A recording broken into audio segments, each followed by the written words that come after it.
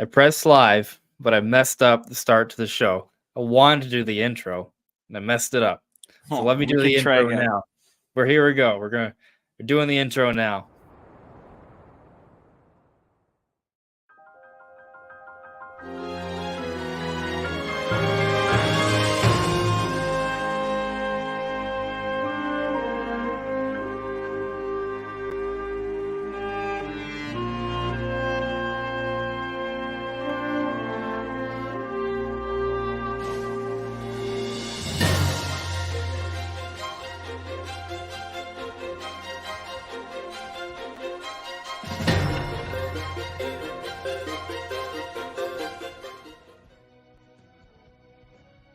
There we go.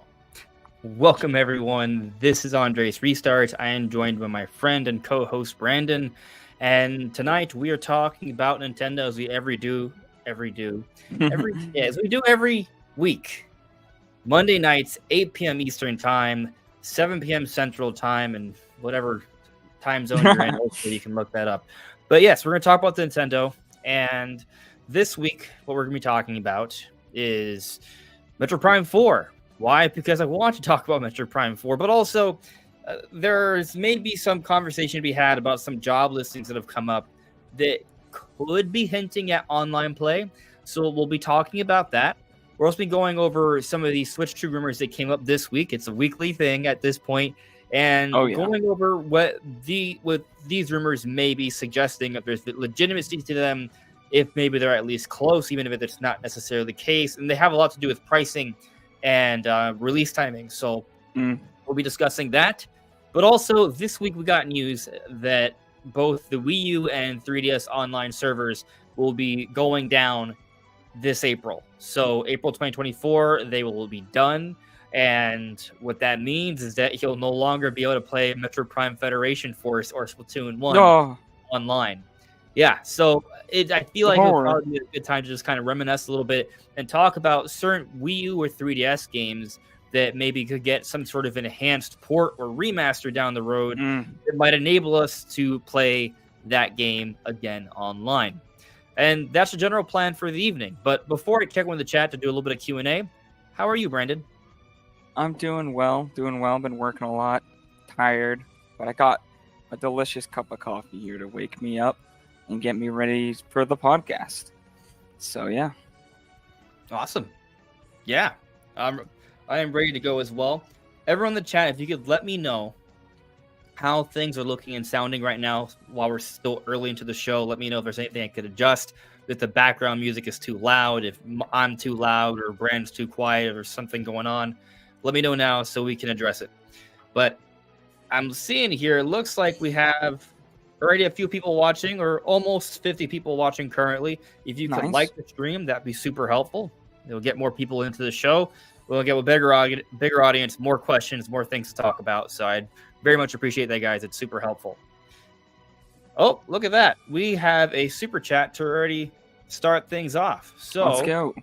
Yeah. Taker610, thank you very much for the super chat. So Taker asks, could Metroid Prime 4 go in an open world RPG direction like Starfield? Ooh. I think Starfield might be a good concept for Metroid if it was like one solar system, which I think would have been better for Starfield in general. I don't think having Metroid be with 1,000 planets would be any kind of good. I think that would be garbage. But the idea of like one big open world solar system could be cool, but it would need to be more populated and more designed than Starfield. Yeah, I don't think they're gonna go in that direction. No. There's the open world aspect, and then there's the RPG aspect, and I'll tell you that. Oh yeah, I didn't even touch on the RPG aspect. Yeah. Metroid is an adventure series, and Starfield is maybe not, from everything I've heard and seen, it's maybe not the best adventure game. You know, it's good with the narratives and interacting with characters, and it's a good RPG. It's more like a simulation almost. Yeah. So I wouldn't want Retro Studios to take Metroid Prime 4 in the direction of Starfield. To be totally honest with you, one of the reasons why I was kind of excited for Starfield going into it, I wasn't like, yeah, you guys know this is the Nintendo channel. I'm a hardcore Nintendo fan. I don't really have time to focus on other games from other companies, but occasionally I do get interested. And I was interested in Starfield. I was even thinking about buying an Xbox specifically to play Starfield. But as I learned more about the game and I started to see that it wasn't really much of a space exploration game, I lost interest. And that's why I was interested in it, because I knew it was a game made by Bethesda. That, you know, they're responsible for the Elder Scrolls series, which is a great open world game, a medieval game that's really cool, right? Like I'm into that. So the idea of something like that, but space, I was like, oh boy, let's go. Like giant open solar system, but with these side quests and world building that we get from Bethesda. Like let that sounds amazing. But as we learned more about it, and we got to see that it's not quite as open, I lost interest. And that's because I care, for me personally, I'm not saying I'm not an RPG fan. There's Xenoblade music playing in the background right now. Like I'm a Xenoblade fan. That's an RPG series. I'm a Pokemon fan. That's an RPG series. It's like every time I talk about Pokemon, I guess it's an RPG. It's an RPG. It is an RPG, right? I'm a fan of the Elder. I am a fan of Elder Scrolls, but I'm a fan of the Soulsborne games. AB James has brought up Elden Ring. I still need to play that. Like I do like. There are RPGs that I like, but I definitely more lean in the adventure direction. And I was playing. I'm still playing Tears of the Kingdom. I was kind of thinking. I've been thinking about it lately. And while Tears of the Kingdom may not have the combat of a Dark Souls game, and it may not have the side quests of an Elder Scrolls game, what it does better than those series, which are amazing, is the adventure. It's all about the adventure. And similar to Zelda, Metroid's all about the adventure, but instead of it being kind of fantasy medieval, it's more sci-fi creepy. So that's what I'm looking forward to in Metroid Prime 4, and that's why I was kind of thinking about Starfield, but once I saw it's not quite that kind of experience, I lost interest. So, personally, I don't think they should go in that direction, and I think Nintendo understands that that's not what Metroid is. Metroid is not Starfield. Starfield is Starfield. So, no, I don't think... They're very, very different games. I don't think they're going to go in that direction. Could there be RPG elements, though? There could be some. Like, there could be some subtle RPG elements. You could argue that Tears of the Kingdom has some subtle RPG elements. Oh, yeah. But it's not going to be anything anything significant. The focus is going to be adventure with puzzles and combat. Maybe there'll be something of a story and world building, but it's going to be mostly about the adventure. It's a very good... Nintendo's very gameplay focused, right? They're usually not going to make, like... They may have story stuff. There may be side quests and RPG elements, but we're looking at a sci-fi adventure. Like that's what the Metroid. I'm not really expecting there to be like side quests or anything. Like there's stuff to do on Explore. Like run into characters and have to go like do a quest. I don't think that would be very Metroid-like. Yeah, no, I don't think so. So. I think Brad and I agree that while Nintendo can do whatever they want, they're not doing that with Metroid. No. The idea of Metroid I think Prime Star 4, Fox might do better like that, but in with a much smaller scope. You know, like one solar system, not like hundreds. Oh yeah, like an open world solar system would be cool. I mean, that was kind of like what Starlink was. Yeah, but like go way harder on that.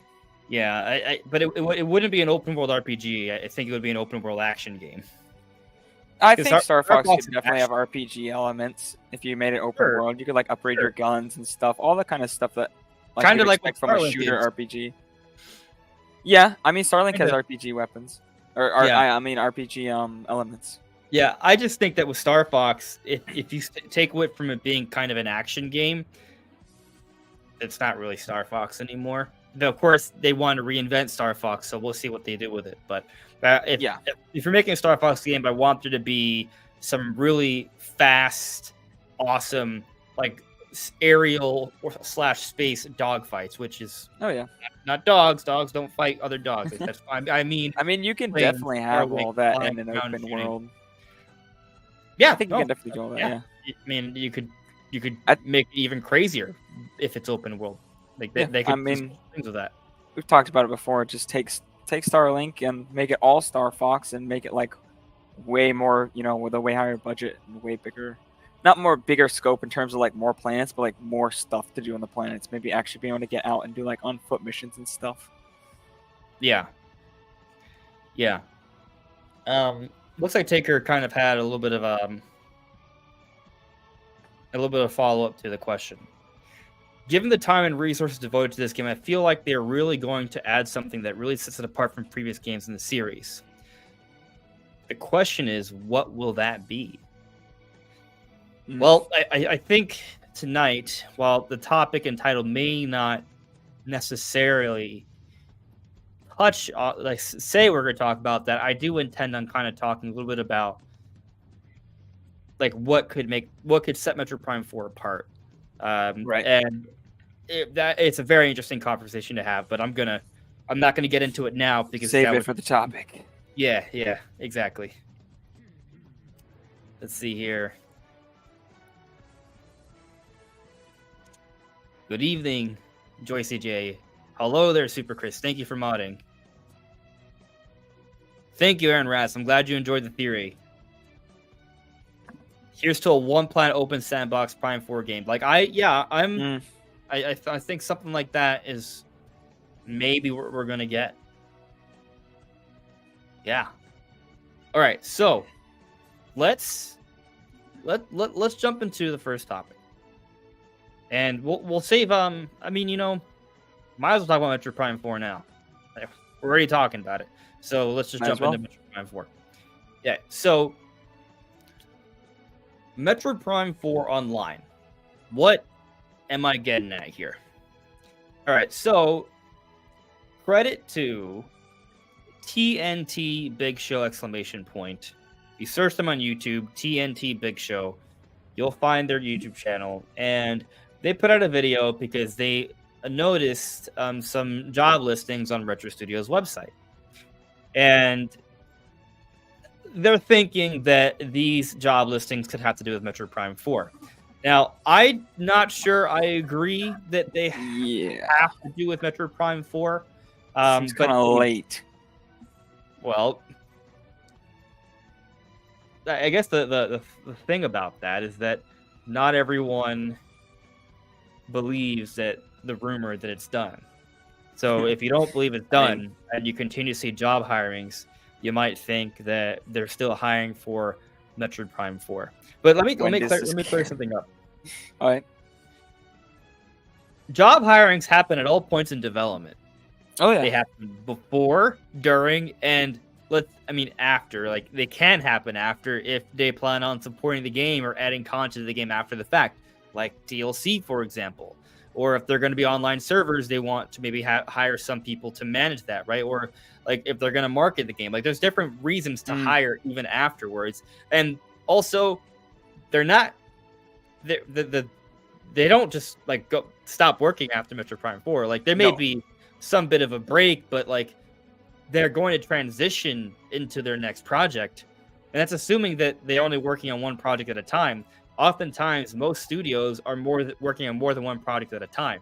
We've already seen job hiring showing that Retro Studios is hiring for another AAA project. Like Retro Studios already has the next project in mind. They're already gearing up for that. That all said, we don't, we can get there can be job hirings, and I'm not seeing the ones that we're talking about today. I don't see anything about them that specifically states that it's for Metroid Prime 4. In general, Retro Studios has been using this knowledge that open public knowledge that they're working on Metroid Prime 4 to bring in more people because it's a big name. Yeah, every time they've hired for the game, they've said so. Exactly, it's a marketing tactic. So they will bring up that yes, we are the studio that's working on Metroid Prime 4. That is true, and we're hiring. So it leads people to believe that it would be for Metroid Prime 4, but not necessarily. Is my main point here. So what I'm about to bring up, if I knew for a fact this was for Metroid Prime 4, then I'd be like, oh, that does bode really well for online play. But because it's not totally clear what game it's actually for, it's up for debate. So let me go ahead and just show you what this job listing is here for. Gotcha. Put it on screen for everyone. Okay. There's a few different ones that are interesting. Right, so here's this one. An IT engineer level 3, it's a remote contract. It's a remote contract as well, so they're not even local. But they're clearly getting help here, and maybe they're getting help because they want to put the finishing touches as they gear up for maybe a launch next year or something like that. That could be the case, maybe. But the reason why there's this debate about online play is for what's being said here. This is the description of their duties. Advanced network troubleshooting and engineering. Why would you need a network if you're doing something with online? That doesn't necessarily mean online multiplayer with team deathmatch and capture the flag and things like that. But it does mean they're hiring someone to work on something related to a network. So whatever Retro Studios has worked hiring for here, if it's be it Metroid Prime 4 or not, their project have some network connectivity, but most Nintendo games do, even when they don't have online play. Even Tears of the Kingdom, I think, has some level of network connectivity. I will say, I've read through all the descriptions of the duties, and I am not an IT professional, but I have taken IT courses. And from what I can tell, it just sounds like they want somebody to set up like a local data network for their offices. Like this seems like all in-house stuff for their backup of, they say, proprietary software and things. So it's not necessarily for a game. No, none of this seems like game stuff. This all seems like office hardware for like their offices. Like they want them to set up a local network for their offices. This doesn't seem like it's not even for a game. No, this doesn't seem like it's for a game at all. If I'm gonna be honest, no, I wouldn't say that this was for a game. Judging off the description of the duties, there's nothing that suggests a game. In fact, it highly suggests that they're just trying to set up some kind of local server for their own offices.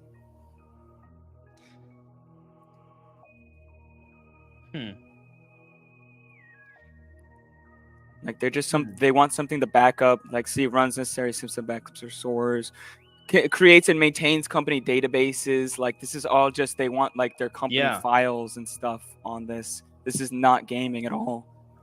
So okay, yeah. Here's something interesting. Video game or software development industry experience preferred, but not mandatory. Or necessary. Yeah, this is this is not having to do with video game servers. I am 100%, well, 99.9% confident that this is just for them setting up their own servers in their offices and stuff for their own uses, either in their offices or for work from home stuff, or that kind of situation.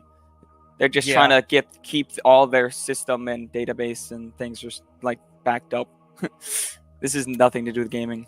And I think, sorry guys, I think something else to be mentioned is that if they're only hiring a remote contract, this may all be already set up and they just want somebody to like maintain it, even because it's remote, or it could be for work from home servers and stuff, communication for that kind of thing. So it may be helpful that they're remote because they may be working on remote things, but at the same time, I imagine they may need to come in sometimes, but they may be just working with IT engineers in the office as well.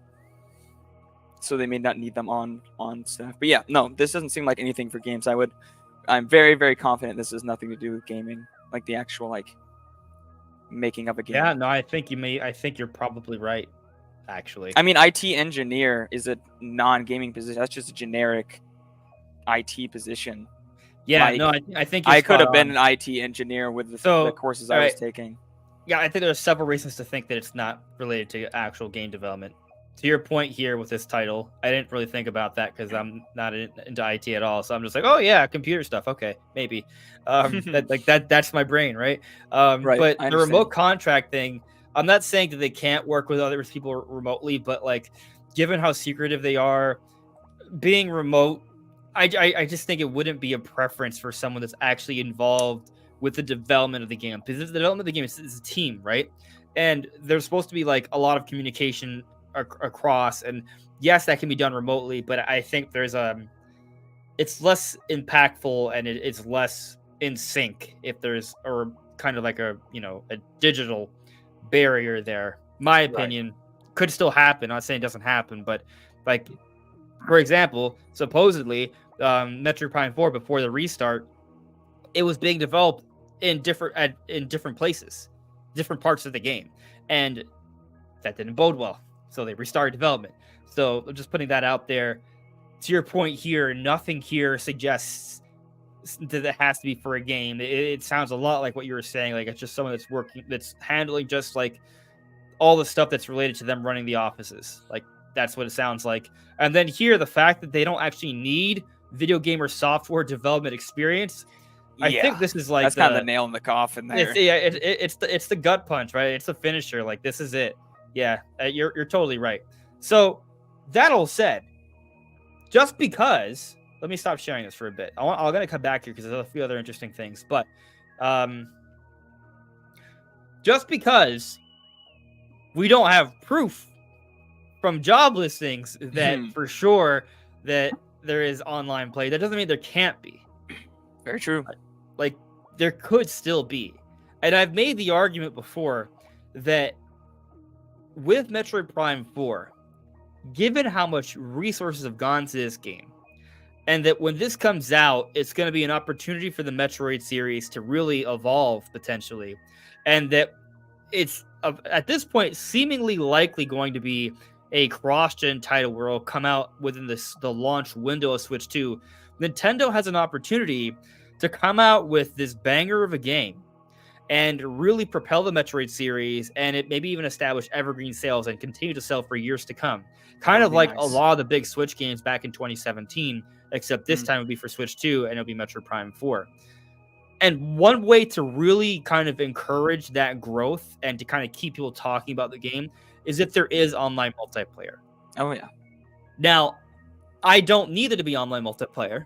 No. Because it's, as I was talking about earlier, Metroid to me is in a way somewhat similar to Zelda. The gameplay, both the gameplay for each game is different, but there's a core concept of kind of adventure, exploring, puzzle solving. They're very similar in that way. And so when Nintendo comes out with a Legend of Zelda game, I'm not like, oh, well, is there going to be online multiplayer? Are we like dueling other links? Like, no. Although I have speculated on the possibility before, like if they incorporate like Dark Souls like elements to Zelda, I don't think that'd be a bad thing. That all said, I don't need it for myself personally, but it is something that we've seen in the series before. Metroid Prime 2 had multiplayer. Metroid Prime Hunters was like the premier online shooter for Nintendo DS. So it isn't like there isn't a history of there being multiplayer in the Metroid Prime series. So could they do it again when it would perhaps benefit them greatly to really propel this series? Maybe, if it was within their plan. So I think it could happen, but I'm not expecting it. I'm curious if they could do like a standalone multiplayer game in the same engine as Prime 4 and release it after. I think that would be really cool, but I'm curious if how that would sell. I think it has the potential to sell really well if they do something cool with it, and it would give them the opportunity to make like a really good multiplayer experience instead of just kind of like some side mode. So this is me maybe I probably should save this for the Wii U and 3DS topic, but imagine if they were to take Metroid Prime Federation Force and remake it with the Prime Remastered engine and put that on Switch. Would you not be extremely hyped? I think that'd be epic. Be amazing, right? And like that is Metroid Prime. That's another multiplayer Metroid Prime game. Like there is. You got Metroid Prime 2 Echoes, you have Metroid Prime Hunters, you have Metroid Prime Federation Force. There is a multiplayer history with the Metroid Prime series. It's not non-existent. But 2 of those are spin-offs, kind of. They Yeah, are. I So, think that a Federation Force style game would be really cool, but I don't think it would be as like mainstream seller as just like an arena shooter with Metroid Prime, kind of like a Halo or Call of Duty or something. yeah. But I also wonder, has that time kind of come and gone? Like, yes, there are games that do that, but like, you know what I mean? Like, there was a time where like people were like, "Oh man, another like awesome like online shooter." Like, I think they would have to do something kind of unique to really kind of stir the excitement, stir the pot, and get people to kind of like, "Oh, well, this is what you can do that." Oh, I kind of want to check this Metroid Prime 4 game Yeah. out. Like, what would that be? It's a super hard to predict. There's a lot of different directions they could go here, and we're just focusing on like potential multiplayer, right? So let's kind of hone in here. We're talk. There's some other things I want to mention regarding Metroid Prime 4, but let's just hone in on the possibility of multiplayer. But Brandon and I both fully acknowledging it may not happen and it may not need it. But if they were to do this, given the history and the potential sales benefits, what could they do that would be kind of like worthwhile? That wouldn't just be, hey, we're doing this just because we want to. Yeah, because like Doom 2016 has multiplayer, but it's like such an afterthought to the campaign. Like barely anybody plays it. Yeah. And the thing is, Metroid Prime 4 is going to have, first off, like, whatever they do, the single player is still the single player. Like, there's nothing that takes away from that experience. Like, that is still where, they made sure they made the best possible game. Like, that is kind of a given with this conversation. We're just kind of assuming if there was extra, right? Like, let's say, like, for example, we're talking about Metroid Prime 4 maybe being done already, as some rumors have suggested. Very similar to how Tears of the Kingdom was done last year, and they kind of polished it up for a year. Like, what if they have time? So that's why they're incorporating a multiplayer. That's why they're getting an enhanced Switch 2 version. So they're doing different things like this. I'm not saying they can get all that done in a year. I'm just kind of saying it's been in development for a long time. It's conceivable. Right. So let's kind of circle back to the Federation Force idea. What if it's not just standard deathmatch? What if it is kind of like a co-op thing where you travel in packs and you go on hunts, almost kind of like a Monster Hunter, but instead of it being Monster Hunter, it's Metroid Prime, and you're hunting like an alien beast in an exotic area, right? Or you have some kind of mission where you have to work together, very much like Federation Force, but even cooler. That would be different. It would be more of like a co-op kind of thing, but it'd be fun. I mean, I'm not saying they wouldn't be able to have like a deathmatch as well, but that would kind of feel a little bit more unique than just another. Yeah, but that would definitely, I feel, have to be its own game. I don't think they would have a side thing that would be that fleshed out. I guess. I mean, how fleshed out would it have to be? I mean, if you're not gonna flesh it out, then there's no point in doing it. I don't necessarily agree with that. I think if you have something that high concept and you don't do anything with it, why even bother? So let me explain. What if their plan is the multiplayer is what keeps people coming back? So they just kind of do like a Splatoon thing where they kind of come out with the core concept that it has, like the core concept, the core gameplay of it is very sound. It's very high quality. It's got all the inner workings. It's got a strong foundation, but it just lacks the content. It's enough to kind of keep you interested outside when you finish the single player, because the single player is going to be its own thing. But eventually, their plan is to have DLC expansions. Right. And that's where they add more maps and missions. And that way it keeps it coming back. And once all the DLC is said and done, then it is like a significant amount of content, but it doesn't need to be at first. That could be fine, yeah, as long as they flesh it out eventually. Yeah, I mean, even Halo Infinite, like, they released the game in part. They should do that, You don't But want to use Halo Infinite as any kind of that game. Oh, I'm a huge Halo fan, and all screw right, that game and screw those I'll stick with my developers. Splatoon example instead. Except, Splatoon, the focus is a multiplayer, and it has a nice single player. The other way around, it would be the other way around for Metroid. It would be the focus is the single player, right? You're gonna Right. get like maybe like a 30 to 40 hour like dense adventure with a lot of like interwoven paths and open areas and sequence breaking and a Right. lot of cool lore and secrets to find that you can replay. But there's a multiplayer they can have some fun out of, and as time goes on, they continue to iterate upon it with DLC, and that That'd be fun. keeps people talking about Metroid Prime 4, and it becomes a really big seller.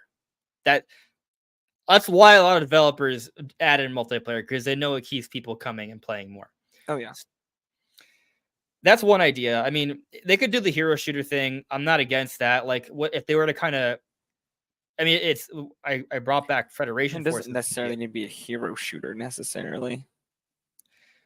Well, I brought back Federation Force. And I was like, what if they would repurpose that idea? Well, there's another Metroid Prime game, Metroid Prime Hunters, where it's different hunters with different abilities, which is basically like a hero shooter, and then they play a role in a team.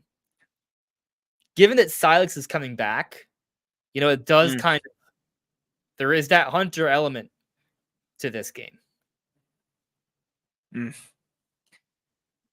Yeah, I mean that could also all work. I don't know. I feel like the Halo formula could work pretty well for Metroid Prime as well if they wanted to go that direction.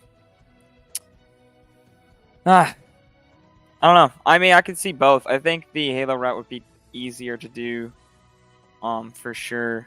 So depending on how much time and effort they want to put into this, because the other concepts would definitely take a lot more developmental effort. Yeah, It's like nigh on a whole other game attached to the I game. mean, all these could be their own game. Like another idea, right? Is like a horde mode. Ooh. We've seen that done before, but a horde mode would work pretty well in a Metroid game. They hit like Metroid already has like that horror element, so you can really play on that. That'd be fun. I mean, even Splatoon has a horde mode, right? So these are are like a zombies mode, like exactly Call of Duty Zombies. Yeah, some sort of parasite has like consumed like the Galactic Federation or like an alien race, and you have to deal with that. Or it's like a battle against space pirates or something. Like, and it could even be space pirates that are kind of there's different things they can do that obviously we're taking ideas from different studios, different like games, like obviously Call of Duty, Splatoon, Halo Infinite, even like prior Metroid games. I guess, is there anything new that you can think of, like totally new, like not like?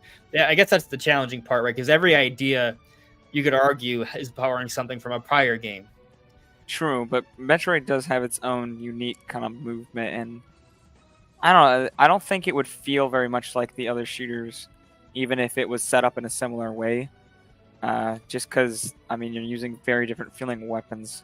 Like your blaster in Metroid Prime doesn't feel anything like a gun in Call of Duty or Halo. I think it'd be a very different experience. And then you have the grapple beam as well. You got all kinds of different abilities they can incorporate. If they add a melee attack, I mean, they can be parkour. Right. I mean, we've talked about this for the Metroid as a whole. Like, we think they should really play on the fact that Samus is actually an agile character. She's not a tank, so they should try to incorporate that into the gameplay. I mean, there's also the morph ball as well. And even they kind of took advantage of the morph ball a little bit in Metroid Prime 2 Echoes with the multiplayer. They had some different abilities centered around that.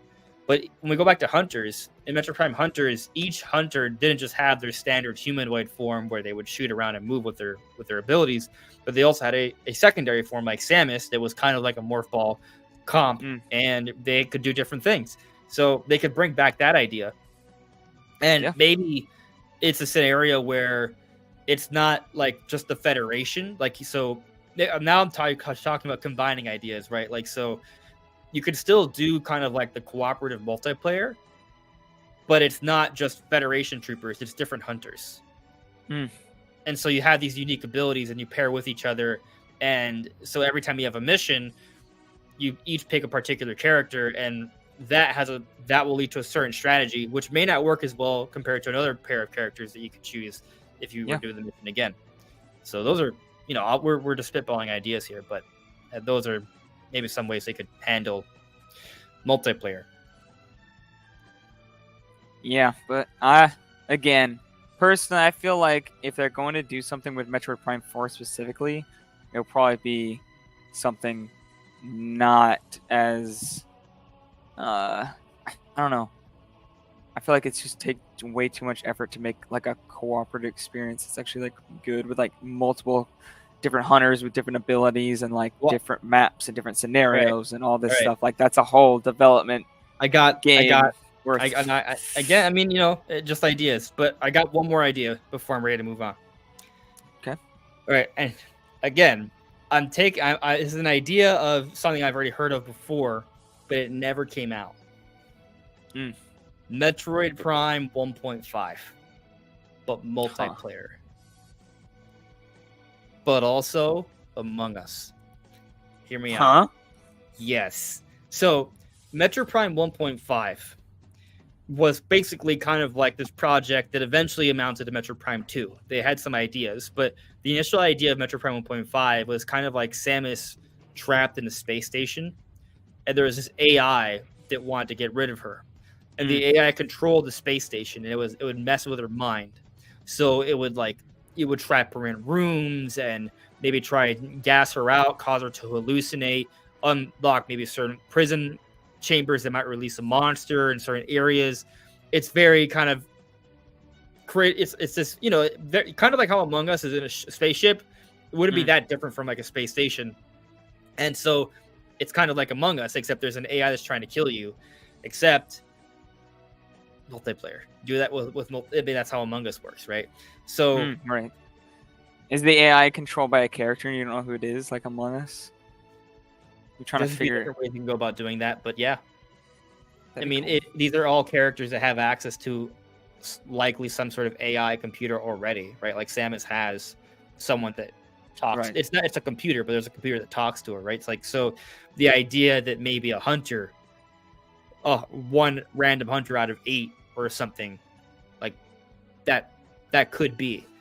And so there's some fun to be had there. I would like that. It would feel different.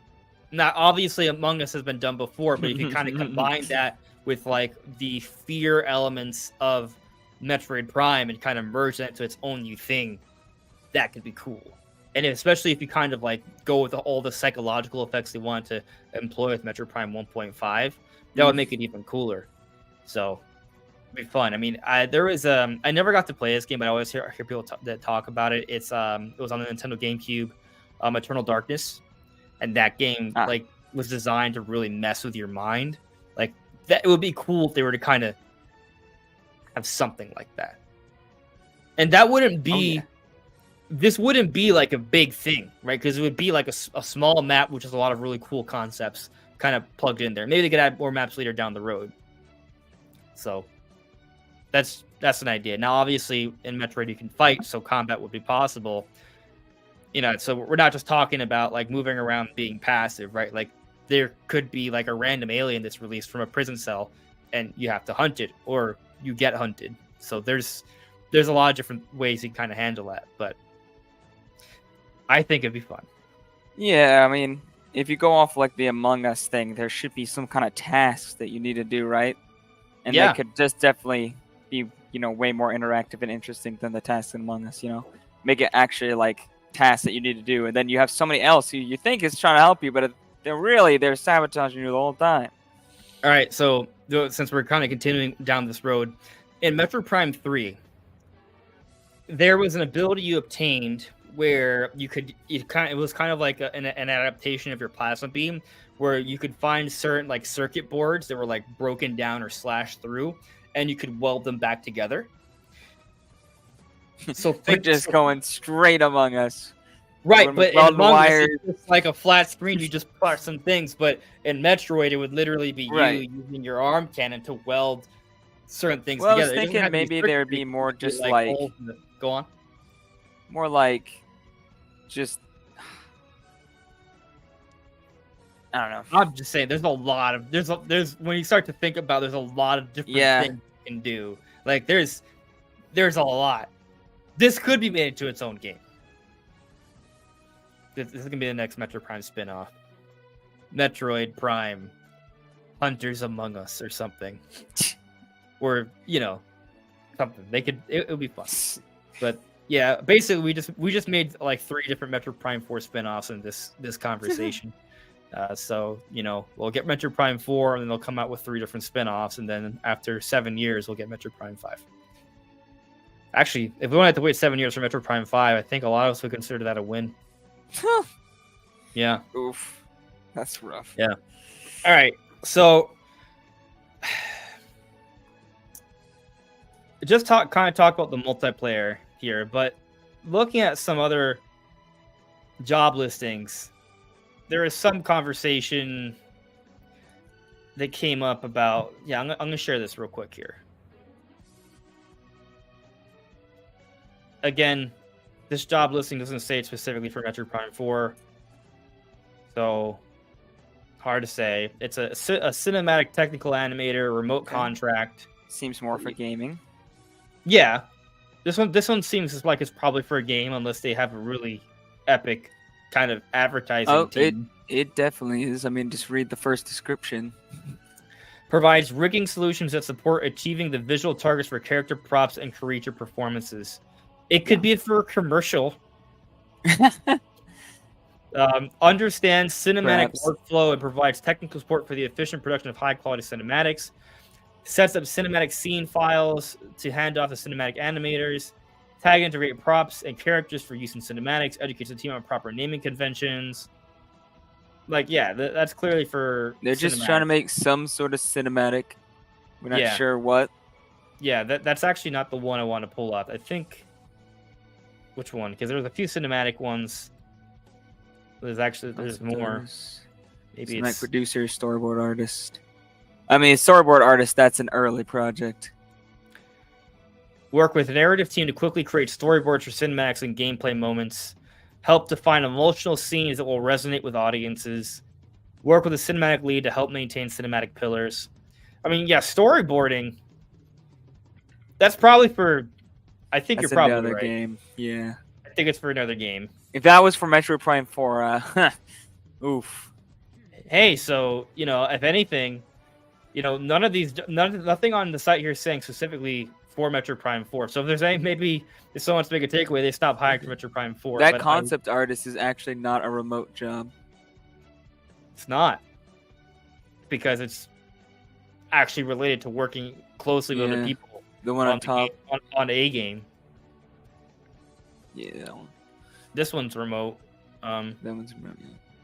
But this one... This one's remote. Oh, the top one. The top one. Oh, I hear you. Yeah. Anyway. It's not really any information in here. I was just noting. Yeah, I think we've exhausted this. So... It does seem like maybe this is, I mean, from what I can tell, none of this seems to be for like projects that are in like mid development. A lot of that seems to be for like early projects. So it may be a better indication that Prime 4 is actually done and they're not really working on it. They're restarting it a second time. Yes. Yes. And the game's going to be called Metroid Prime 4 Restarted. Yeah. So, Let's check in with the chat here. Let's see what you guys have to say about some of our multiplayer ideas, and then we'll move on. So, I will point out, having Hope 5, hello to you, has been a member for 8 straight months. Thank you for being a member all this time. Very much appreciated. So, looking through the chat here, let's see. Captain Doge. Yeah, you literally will back screens and circuits back in Prime 3 with the motion controls. It's pretty satisfying, at least. Yeah. Like, they did that. It was a fun little mini game. So if they were to bring it back for another mini game or a side game, or I get a spin-off, I don't know, but Among Us ripoff. exactly. I'm sure it's not the only Among Us ripoffs. There are more Among Us There. ripoffs Among Us. Ooh. I'm done. Yeah, yeah. The Netweed09, Metroid Restart. Exactly. I'm telling you, Metroid Prime 4 is my game. Like, when Metroid Prime 4 comes out, like, my channel's gonna explode to like 1 million subscribers. Hell yeah. What if? Could happen. Who knows? Netweed09. What really assured me was Prime Remasters visuals. Prime 4, whatever its state on review will be awesome. Yeah, I think Yeah. Prime Remastered shows that there's gonna be quality here. I don't think we have to be worried. No. It's gonna be intense.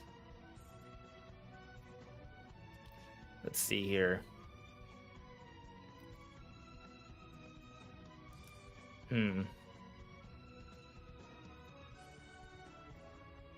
Charles. Andre's restart. In that scenario, the multiplayer side is as small as single player in Splatoon. Yeah. Yeah. Like Splatoon Splatoon, it starts off small. But it's high quality. It is high quality stuff. So let's move on to the next subject. But if you guys have anything you want to bring up on Metroid Prime 4, I'll try and come back to it later. All right. So let's talk about them Switch 2 rumors. And then we'll close out with different Wii U and 3DS remasters we'd like to see. So, the rumor that came up last week, it's from someone who supposedly has some inside information, but they've stated that they don't have, I think it's Delta Soldier on their Discord, but they're also on family boards. They stated that they don't have as much confidence rumor as some of the other things they've informed on in the past, like the God of War Ragnarok DLC, for example, or there was something like some sort of Ronin game. I wasn't too familiar with it, but point is, like, they have somewhat of a history of sharing some information. So when this person was saying this stuff, people were like, oh, okay, you heard something, but they've clarified that they're far more confident about like the Ragnarok DLC than they are about this Switch 2 rumor. Right. That said, while we should take it with a grain of salt, and it may not be true, what the rumor is that Switch 2, the target release date is for September 2024, with a fallback of November 2024, which to me feels like maybe a red flag, but yeah, I'm not sure on that one. They actually got more specification that it would be September 24th, which is a target date, and then November 3rd is a fallback. And what's weird about that, September 24th is a Tuesday. Nintendo doesn't release anything on Do you know what day it is in Japan? It wouldn't be Sunday or Friday. Nintendo releases things on Friday, so I don't know what time zone you have to be in for it to be, 3 days. Yeah, but I mean, Monday would make more sense than Tuesday. So if it's a Monday or a Wednesday, it might make a little more sense. Tuesday's just really weird. Nintendo Switch came out March 3rd, which was a Friday back in 2017. I am curious. I would expect a Friday for sure. Switch OLED release date. Let's just double check when the OLED came out October 8th, 2021. What day of the week do you think that was? We're going back 2 years. October 8th, 2021. I think that was a Friday. Wow. And I definitely didn't check. You probably calculated that. Well, what do you know? Definitely. October 8th, 2021 is a Friday. All right. Well, how about that Switch Lite release date? It'd be 2019. And what, September? September 20th, 2019. So we got to go back a little bit. Shock of all shocks, Andres. What do you think it is? Tuesday. Oh, you're right. No. It's a Friday. Yeah. September 20, 2019 is a Friday. So every piece of hardware, I mean, we could like look at like, I don't know, when did the Tears of the Kingdom OLED come out? But just look at one more. Tears of the Kingdom OLED Switch release date. I need to remember. So that was April 28th, and that was, I don't have to go back that far back on the calendar. So April 28th was a Friday. Nintendo releases their games on Fridays too. Nintendo just releases all their stuff on Fridays. So September 24th next year is a Tuesday. I don't believe that's when it's happening. Even I think September makes sense as a month, but the 24th, hard. I strongly doubt. Yeah. November 3rd is a Sunday. So apparently in the past Nintendo has done Sunday releases, but in recent times, we just discussed, it's been Friday. So I still have a strong doubt for that. Also, us knowing about a fallback this far in advance, I am skeptical. So that's just part of the rumor, though. We'll circle back to this potential release timing. Another significant part to the rumor is that there are going to be two SKUs. One is for $400, the other is for $450 USD. And the $400 one is digital only. So that means the physical, the one that can play physical games, is $450. Maybe. I mean, they definitely have to include a lot more storage in their models if they're going to do that. Because there's no way you can release a digital only with even 128 would not be enough. They'd need at least like half a terabyte, I think. Well, the rumor is half a terabyte. Okay. I mean, that it could happen. But when I said, so just to make something clear, right? We're talking about two different rumors. The 512 rumor was heard from Nate the Hate, and I think was also corroborated by Andy Robinson during their podcast, from their report. Now, it's still a rumor because it's something they've heard, and they haven't reported that part.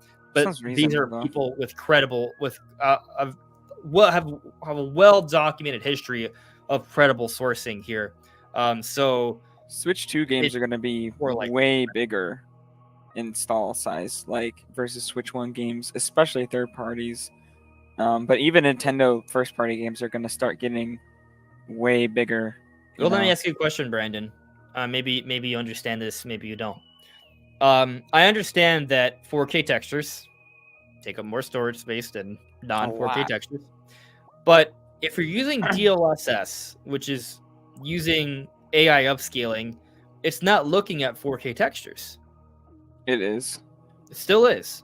The base assets are all the same when you're rendering. You're just rendering less pixels to view those assets in, and then AI is filling in the rest. Pixels are just your view into the world of the game. It's not what the game is actually rendering. Are you saying that even with DLSS, the games will still take up the same amount of space as a normal 4K game? In both storage and in RAM. Okay. See, I would have thought, well, I mean, if it's just kind of using AI to kind of reformulate it without, just based off the imagery it has, I would have thought otherwise. No. Okay. Anyway, let me finish talking about the details of the rumor, and then we'll kind of attack the other points about this. But the other part of the rumor is that the camera will supposedly have AR features, augmented reality, which I don't think it's a big stretch. They've done AR before. They've done that. I mean, the Switch itself recently with the Joy-Con, it has an IR camera. Is that really that different from having a camera that can do augmented reality stuff for the Switch? I think it's conceivable. Maybe the new Joy-Cons have a camera that's more so for AR than just IR stuff. Yeah, but an IR camera doesn't need to be super high fidelity for the Switch's purposes. It's more expensive.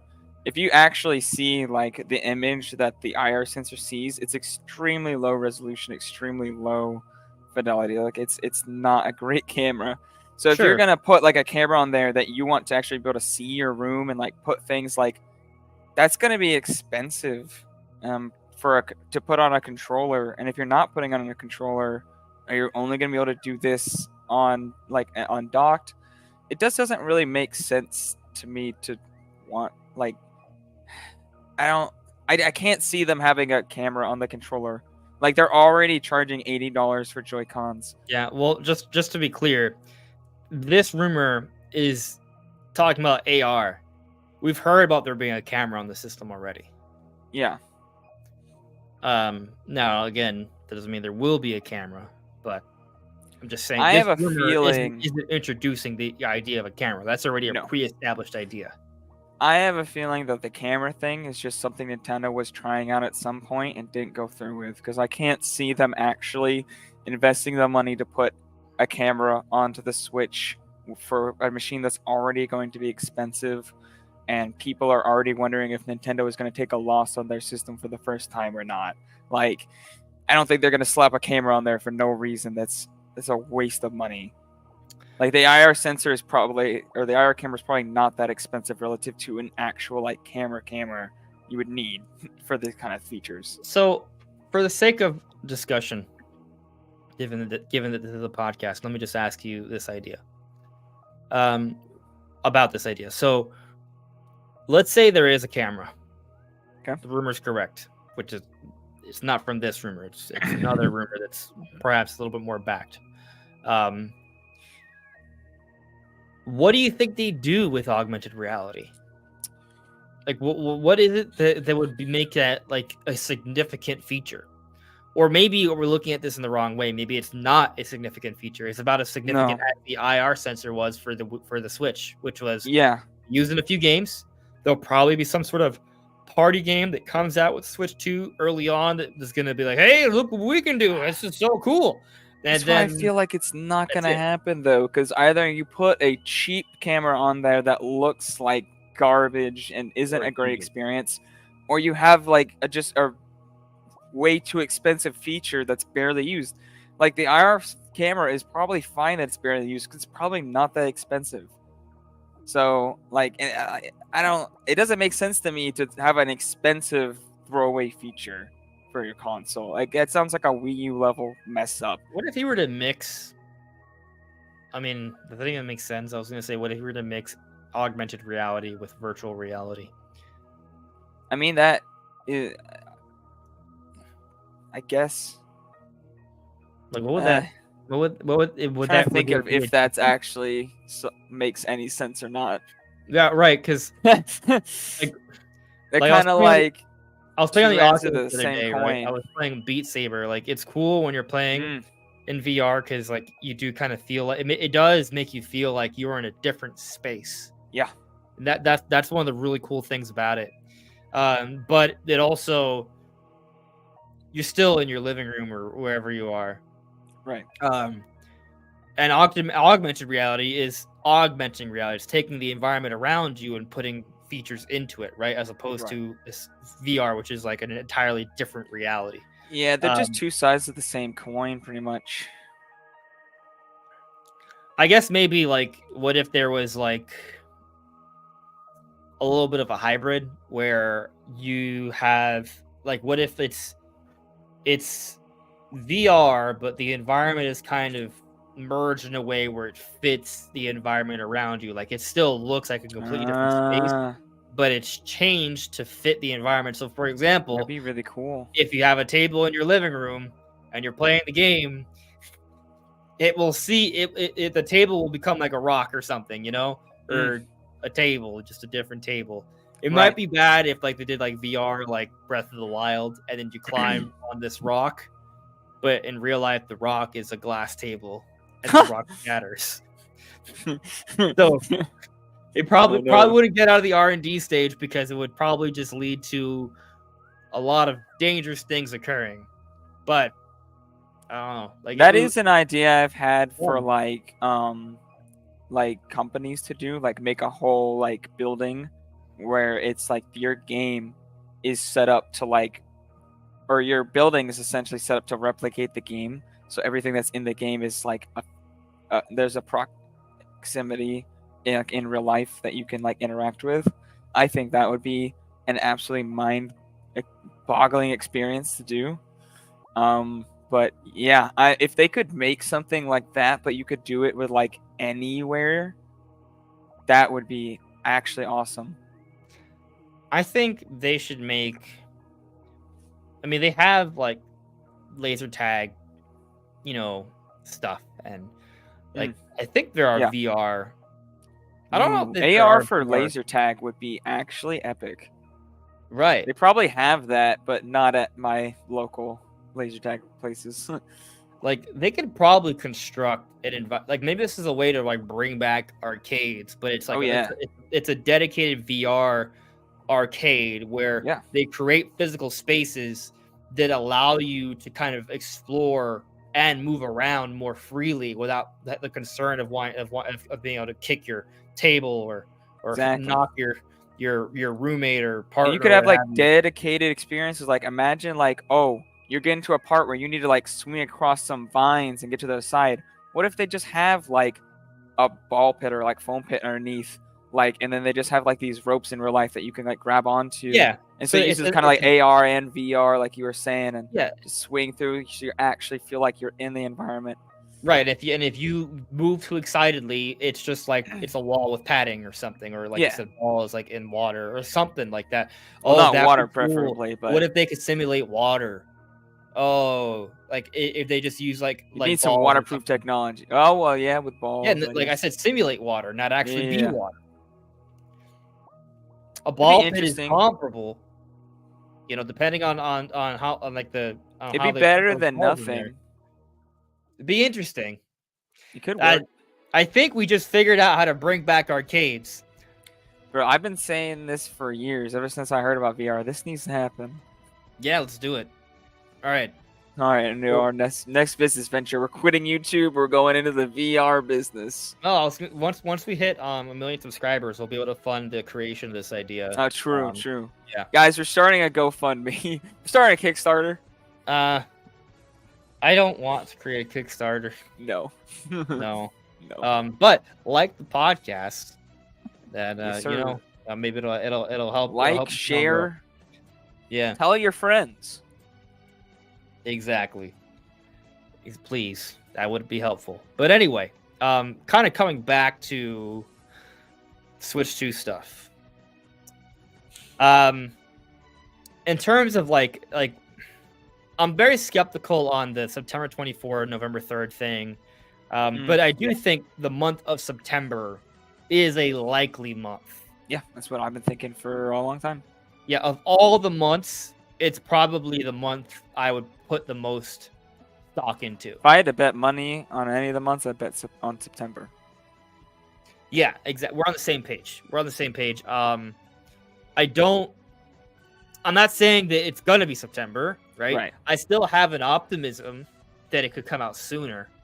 Yeah. I don't need it to come out sooner, but it'd be lovely. I would really like it to come out as soon as possible. But yeah, I can wait, I guess. So. Listen, like we're gonna play Mario Wonder next week. It's gonna be great, right? Yeah. I'm gonna play Mario RPG in November. It's gonna be great. In December, I'm probably gonna try and finish my backlog. Some of them. Maybe by January, I'll have actually finished Fire Emblem Engage and Advance Wars, which came out. Advance Wars came out last April, but Fire Emblem came out last January. So it. You know what? I am actually not Nintendo related, but I am going to buy a PS5 hopefully this month. So I will have just kicks me from the room. I will have games to play in between now and Switch 2 other than just Nintendo stuff. I mean, not that there isn't Elden Ring. Yeah, Elden Ring. I want to play Spider-Man, God of War, Ratchet & Clank. There's a lot of games on PlayStation I really love. I've always been a PlayStation fan. I mean, I've always grown up with all the consoles. So, yeah. Next is going to be crazy, though. If there's a new Monster Hunter coming, I'm going to be... Yeah, we'll have to play that together. Yeah. I still haven't done the DLC. Actually, maybe we could go back to Monster Hunter together on Switch, go back to Rise and kind of like finish that out before Switch 2 comes out. Yeah, for sure. I need to see if I still have my copy or not. I may have to buy another copy, and I don't own the DLC, but I Do you can have your I can save do data? that. Yeah. I think it's on the cloud. All right, so we still be able to continue from where we were at. We should be. Okay. Yeah. All right, cool. And if we do the DLC, it's not like. Well, I didn't finish everything in the main campaign because I was playing with other people and I No. waited for them. No, And but like mid- I think we fought you got- all the different types of monsters, so I'm kind of like good. There were with what some we did. end game bosses. Like we're probably close. Like I think we could probably warm up by doing the end game stuff of Rise and then jumping into the DLC. Yeah. And we could be done after a couple weeks. Actually, that does remind me. This is off topic. Actually, you know what? I'll save it for towards the end of the show. Anyways, getting back to the point. So, with Switch 2, yeah, I think we're kind of the same page on September. It could potentially come out earlier. I will note that Eurogame report we bring up like almost every week. They said Nintendo is keen to release it as soon as possible, implying it may come out sooner than we expect, but that doesn't mean it will. So, we'll see. And in terms of pricing, I think we could have a little bit more conversation on this point here. Yeah, that's a big one for me. I have a hard time believing that Nintendo will release a system that is anything more than $399.99 USD. Yeah. I don't. And I remember just like a year or two ago, people were like, really? You think it's going to be a whole $400? Like, that was high. Now people are like, that seems lower. Inflation. Although the world has changed. Yeah. To be fair. Yeah. Even when you account for inflation, though, 400 is still a little bit more pricey than the $300 Switch was, but only by a little bit. Yeah, I think 400 seems like a good price. You know, like it's the price of a PS4 or PS5 digital. But would you want a digital only Switch at $400? No, that's as a base model, it'd be good. Also, it's like only $50 less for an all digital. Am I gonna get extra storage or something out of it as well? Like, especially if it's only gonna be a half a terabyte. Half a terabyte's a good amount for a game system that can also use cartridges. But for a digital only, half a terabyte's not enough. Yeah. I think we're on the same page. You're not saying that there shouldn't be a digital version. I'm okay with there being a digital version, but a $50 difference doesn't feel. Make it $300. Make it the Series S. Make the $400 version the normal and $300 for the digital, and give it a terabyte of storage. Or even if I have a terabyte, okay, I guess so. But it's if $300, that might be fine. You can upgrade with an SD card pretty easily, you know, or something like that. Yeah. But like a Series S is $300 at most. And that comes with a terabyte. 350 gets you 2 terabytes. So, I'd be curious to see how. No, wait, 400 for half a quickly terabyte? Nintendo would make their money back on the digital only version. Yeah, because there's no way that cartridge costs $50 either. So No, it's probably it may be pennies. It's probably like $10 or less. I think it's less. I don't know, or I don't know what the technology is, but it doesn't feel like a really. I just kind of doubt that. Yeah, I doubt it. But regardless, I think we agree that whatever it is, it can't be a super substantial amount. So how quickly does Nintendo make back their money? It's hard to say, but I guess maybe a consideration to be had here, right, is that I think that $50 doesn't seem like a healthy gap between them. No. It's that for 2 reasons. One, just the inherent value of being able to have your games physically, like people value that. But also 2, if the Switch 2 is backwards compatible, well, guess what? If there's no cartridge slot, that's not an option. Like you can't do that. Maybe it'll transfer over your downloads, which would be cool. Yeah. So I guess the question is, if the rumor is true, given that it's only a $50 difference, maybe it isn't backwards compatible. Maybe that's the implication. I don't think so. I don't think they're gonna launch their next system and not have it be backwards compatible. Like that'd be. This is what I think. If Worse they're gonna than have 2 shooting different yourself in the SKUs, foot. if they're gonna have 2 different SKUs where one SKU is physical, it better be because the physical version allows you to play your Switch games as well. Like I will pay for that backwards compatibility. Like I will do that. So I'm okay with that. Would I pay $450? Yes, I would pay $450. But will everyone pay $450? It's a weird thing because this would be a very non-Nintendo marketing strategy, because the idea of having two SKUs, like the digital version, like the whole idea of that is that you lose money on the digital version, but you make it back up because you earn so much more profit on the digital store. But that's like not how Nintendo operates. So I mean, maybe they will. Maybe this is a different Nintendo than before, so maybe they will do that. But this would be a very PlayStation kind of move and not a Nintendo kind of move. Remember that conversation we had? A rumor that came from Special Nick on the Xbox Era podcast, where Sony, apparently Nintendo's doing something with the Switch 2 that's very Sony-like that people don't expect. We talked about this very possibility, except isn't this something that Microsoft has also done? So why is it only a Sony thing?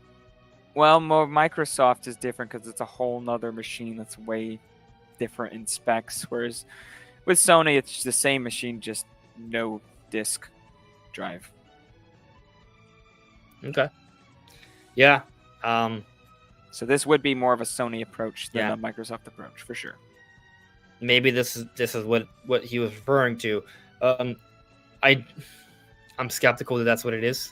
So I still think 400 and 350 would be a better price point. Like $450 is such a weird target. Like, especially with PS5 going on sale for like $400, even for the disc version, like in stores.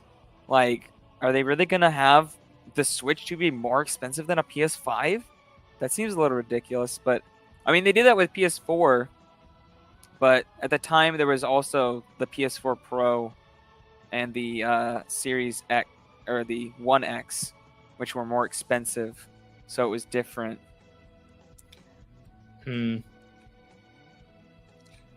Shadell said something here in the chat that's interesting. Charles said, unless it's solid SSD space. So I'm assuming what Charles was referring to here is if that space that was dedicated to the cartridge slot, that if the other SKU maybe just has an extra piece of like for SSD space. You wouldn't need to do that because you would be using the same storage type as the other Switch model. And so, like, if you upgrade your SSD to a quote unquote bigger SSD, like the capacity is more, but it's the same size physically. Like, you don't need like a bigger the extra stick. space is probably not going to take up. No, like really a bigger capacity SSD is not going to take up more space in the Switch. It's not how SSDs work. No, they can get really, really small. Yeah. So unless they're going to put in like 1 million terabytes. Yeah. Yeah. I doubt it. Yeah, that makes sense. Yeah, so I just doubt the rumor. I'm not saying certain details here won't be correct, but I don't totally buy it. Although September as a release month, that might be it. So if September is the release month, we may not even see Switch 2 shown off until like next March, which, by the way, is what I have said is the latest I expect to see the announcement for the system. I am hoping it's sooner, though. Keeping my fingers crossed. Still expecting a January or February kind of tease with a March full reveal with pre-orders going live after that. Okay. Like right after the event. Like they sense. did with Switch 1. And I'll be waiting. Yeah.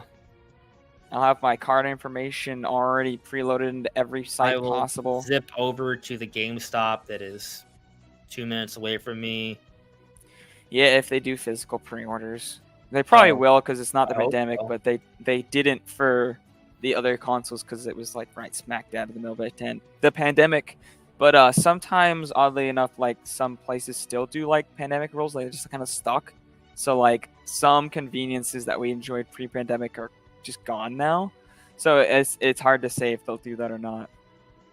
I also just don't like trusting other like for things to be shipped on time. That's fair. I would I'd rather rather- go to a store. So if they do in Yeah. store, I would definitely be going to one. That's what I did last time. Yeah. You just put like $5 down, get your pre-order. Yeah. So checking with the chat here.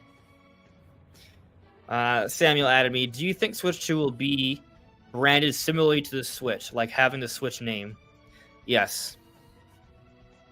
Yeah, I think it'll everything probably just be Switch 2 or Switch. It's gonna be Switch something, I think. everything we've heard about the system is that it's like a Switch. So, yeah, that's what I think.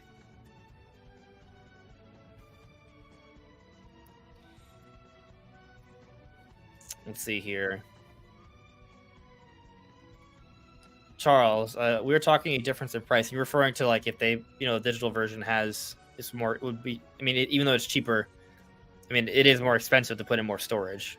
Like, yeah, that's true. If it was cheaper to put Yeah, in but more does it storage, have more storage than the base model? Like we haven't. That's not confirmed. it would make sense. It would, but it's also cheaper. So maybe they'd be like, "Oh, but it's cheaper." So Right, exactly. It should still have micro SD card slots, regardless. Or I'm curious if they'll actually go for like an M.2 expansion. I'm curious if micro SD cards are fast enough to play the types of games they're wanting to play.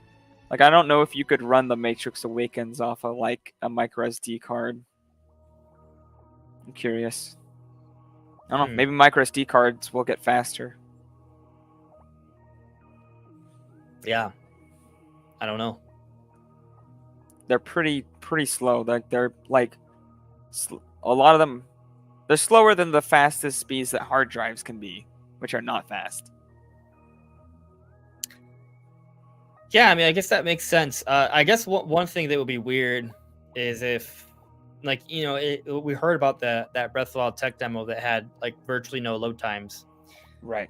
Like, however they choose to handle the storage options, I would want all of it to be fast, right? If I end up relying on micro SD card and the games are loading like noticeably slower, something I want to say about that is a lot of load times for games is not due to your storage, but due to like the hardware on your system that decompresses and compresses the data and moves it from different storage mediums.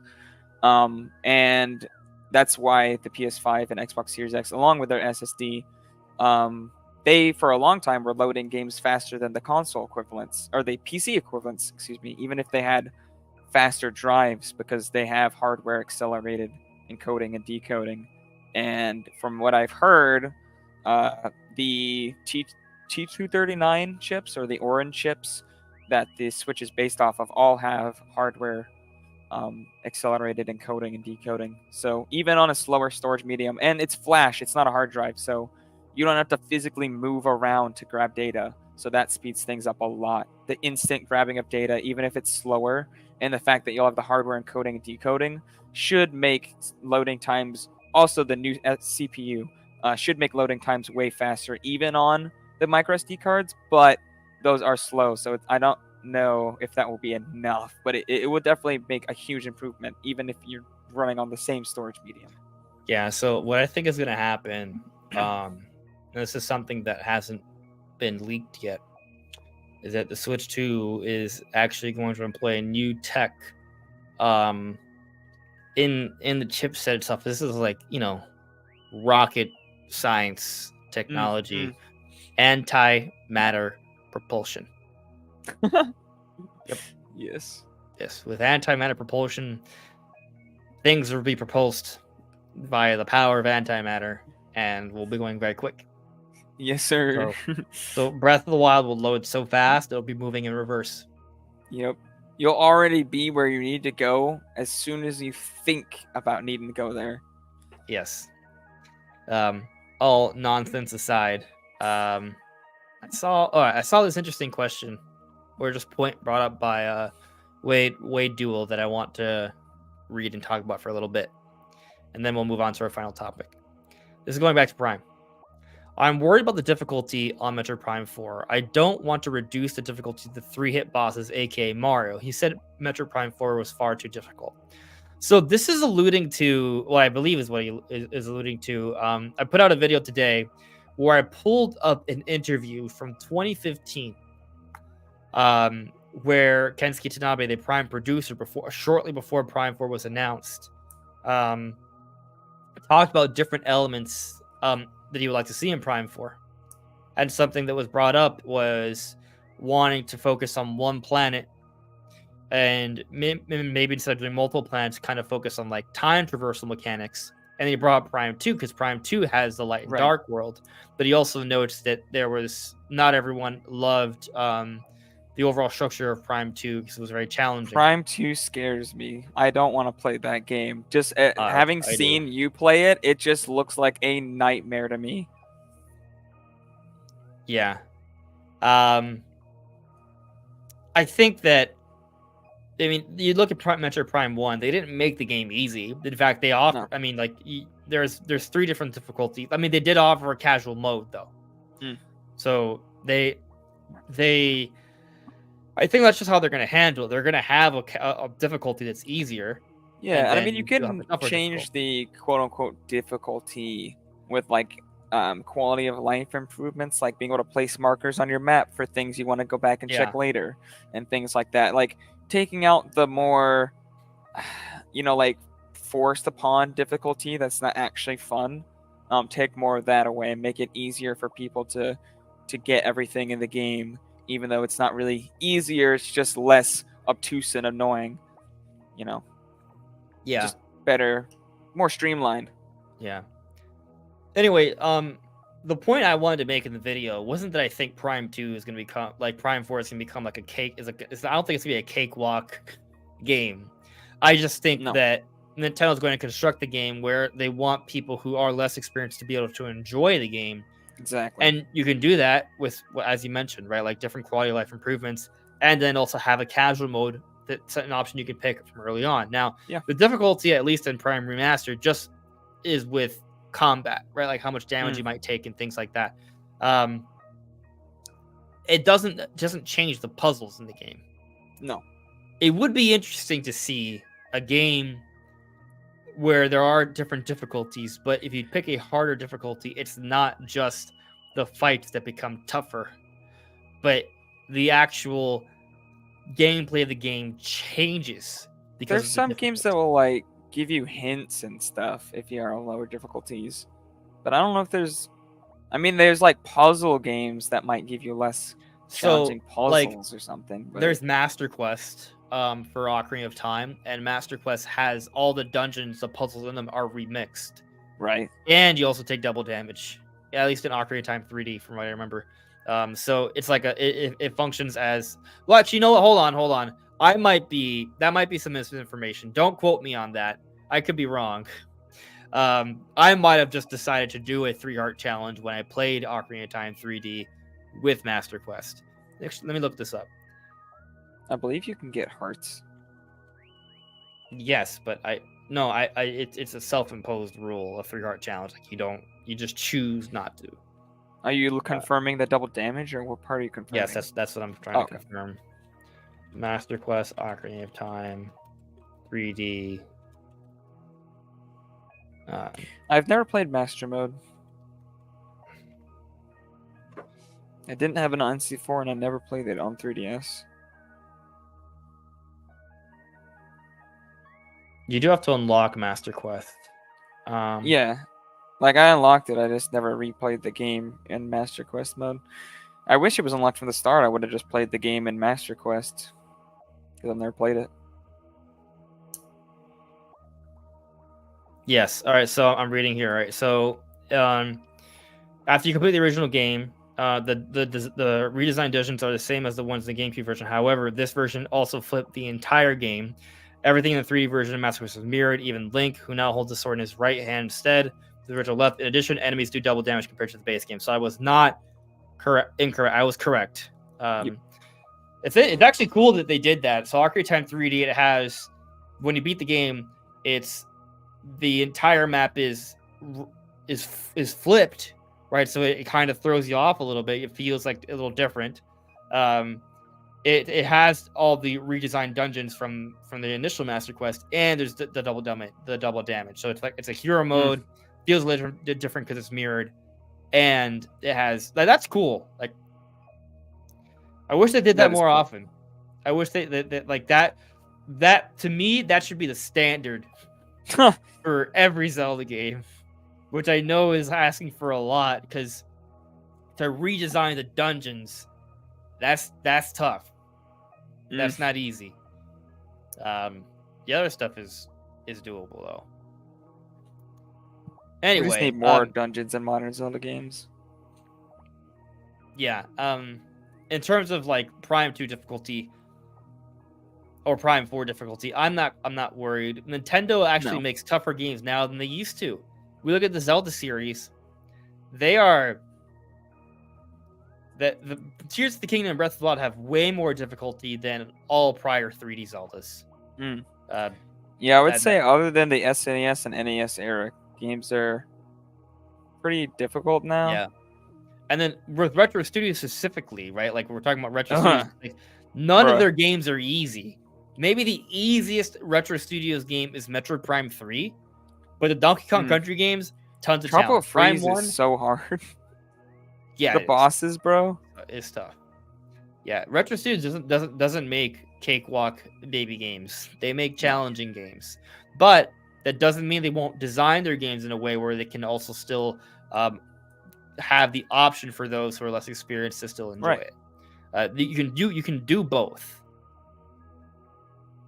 I do understand though the fear, because during the Wii era, there was very much, we want to make our games easier for everyone to play, and us Cornish fans like, no. If you're gonna do that, make it an option. Yeah. So there was that fear because there was a little bit of that during that era, but that's not the Nintendo of today. And even then, they didn't totally do that. There was just some occasions. I was watching my friend emulate a DS game on his Flip 5, which is honestly like a great way to emulate DS games.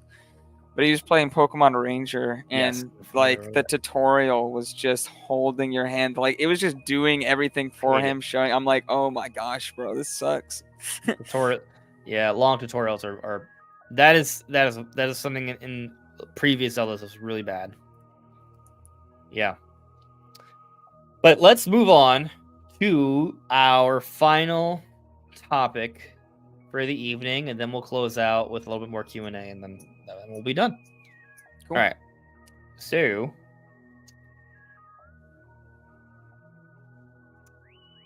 Wii U and 3DS remasters. And all I'm getting at is what Wii U and 3DS games would we like to see get remastered. Now that Nintendo is going to be taking down the online service for Wii U and 3DS come April of 2024, you will no longer be able to play Splatoon online, Xenoblade X online, Kid Icarus Uprising online, Metroid Prime Federation Force online. Nope, none of it. So, some of these games are going to lose whatever life they had. So, maybe it's an opportunity for Nintendo to close that out. Be like, hey, you like Xenoblade X? Well, guess what? It's coming to Nintendo Switch. So I guess I just threw that one right out to start. I would like to see Xenoblade Chronicles X come out, if not on Switch 2. I think it will happen. True. Though not for the online, to be fair.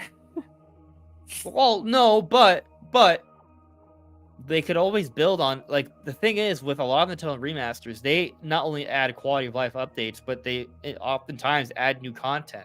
So they could flesh it out a little bit. I would love or that, they could add an epilogue campaign. Just let me play all the full story with a friend. Like, it would make sense even in the context of the story. So I don't understand why it's not a bit, like, just let me play the story with my friends online. So Brandon, you know how we've kind of speculated that Monolith Soft may be working on a game that has some MMO-like qualities? Xenoblade X is kind of what started this kind of concept, because Xenoblade X, the online multiplayer, is like a very, very subtle passive soft MMO. Yeah. You do have like teams, and you don't interact Right. with each other directly, but like you are You have conducting like items collective together. missions. Yeah, and then there were missions where you could jump into a map together and fight a boss together. So it Yeah. was a small arena, And but there was it things could where be done. it pop up like, oh, you know, your team needs such and such amount of items. There's such amount of enemies killed. Go help them out. And you would just go like do things in the game, and it would count towards your team. And that was interesting. But yeah, they didn't What go would be very really very cool, far. Brandon, is if they are still working on I say still as if I knew it was happening. I don't. I'm just speculating. But if they are working on maybe this MMO like game that we're kind of hoping for, maybe they could bring back Xenoblade X in the meanwhile, and they could have some updates that kind of show that they've worked on some of these things, right? So maybe you could play it co-op to get like maybe you and I could play through the campaign of Xenoblade X together. Like we're just literally two members Awesome. of a party. Like it would be really cool. And maybe they could even incorporate a new area that's like all about like the epilogue story, right? And there's like more enemies to fight, and then we could fight bosses together. Like it would just be fun to explore. I'm not saying scrap was already in the game, but just clean it up a little bit and maybe add that with an epilogue camp. Like flesh it out a little bit. And like this would kind of maybe show that maybe they can do that. So imagine the next Xenoblade game or whatever it is, like you know how like typically there's in Xenoblade you have like a 3 to 6 person party, and you, I mean before Xenoblade 3 you could only do one party at a time, member at a time. Yeah. And you can switch now, but imagine like you control one character, that's your character, but you're playing on a team with real people fighting real monsters as a team. That would be cool. And maybe so you can still have variety. You go back to Xenoblade 2, where you play as yourself as a character, but your character controls other blades. So they could bring back the blade system, so you could still be swapping characters, but you handle certain roles on the team while you have teammates that are doing different things. Right. That would be awesome. I think if they made it a Xenoblade Chronicles X2 as like an MMO RPG that you could just play with your friends, and you're just like this huge world, you're just seeing Skells run around fighting other, like, bro, an MMO, that would be an MMO I'd actually be super interested in. It'd be so good. Like Monolith Soft could make the best MMO ever. It would be fun. The only thing I would want is that I would want there to be some more compelling side quests. They had some good. They did. They did a great job in Xenoblade 3 with a lot of the Blade Quest and Hero Quest. Not Blade Quest, but Hero Quest. Yeah, like they improved in that direction. So yeah, kind of continue to build on that, but with MMO elements. Oh man, that'd be sick. Cause like it would be cool, but like I don't want to just play like if we're doing an MMO, like how often in MMOs do you like just do the main story? I don't know. Like I would want there to be a lot of side activities that you can really, of course, kind of just like there you can go on different quests, and these quests can be kind of extensive. Like they would be. I think Xenoblade X had a pretty good amount of side quests that were extensive. I mean, it's a Xenoblade RPG, so I mean, you just take it further. I feel like Monolith Soft can just take X as a concept and make it an RPG and just flesh out of it, and it would be like it wouldn't even have to be that much different, to be honest. Like it's already really cool. Set up to be a really, really good RPG. They just need to change a few things. And the thing is, if they were to do it with the style of Xenoblade X, like imagine like so there's MMO like elements. Maybe they could, like you're in the city, right? Maybe the city like there's more people than just your party, and like in there you can do different things. Like maybe there are guilds you can join, right? Like there are little bars you can walk into, like and like you can interact, or maybe there could be like a tournament section. And so the tournament section, maybe you could duel each other, or maybe like if you have skills, you could literally race each other. There could be a track with an audience, and the audience are people that are betting on the race. That'd be epic. Yeah. There's so much that they could do. It'd be so cool.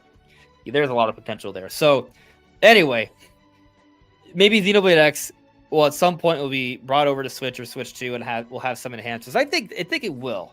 It's just really a matter of when, not if. But that's just one. Do you have something else in mind that you think we could see get repurposed in some way down the road from Wii U or 3DS? from Wii U, no.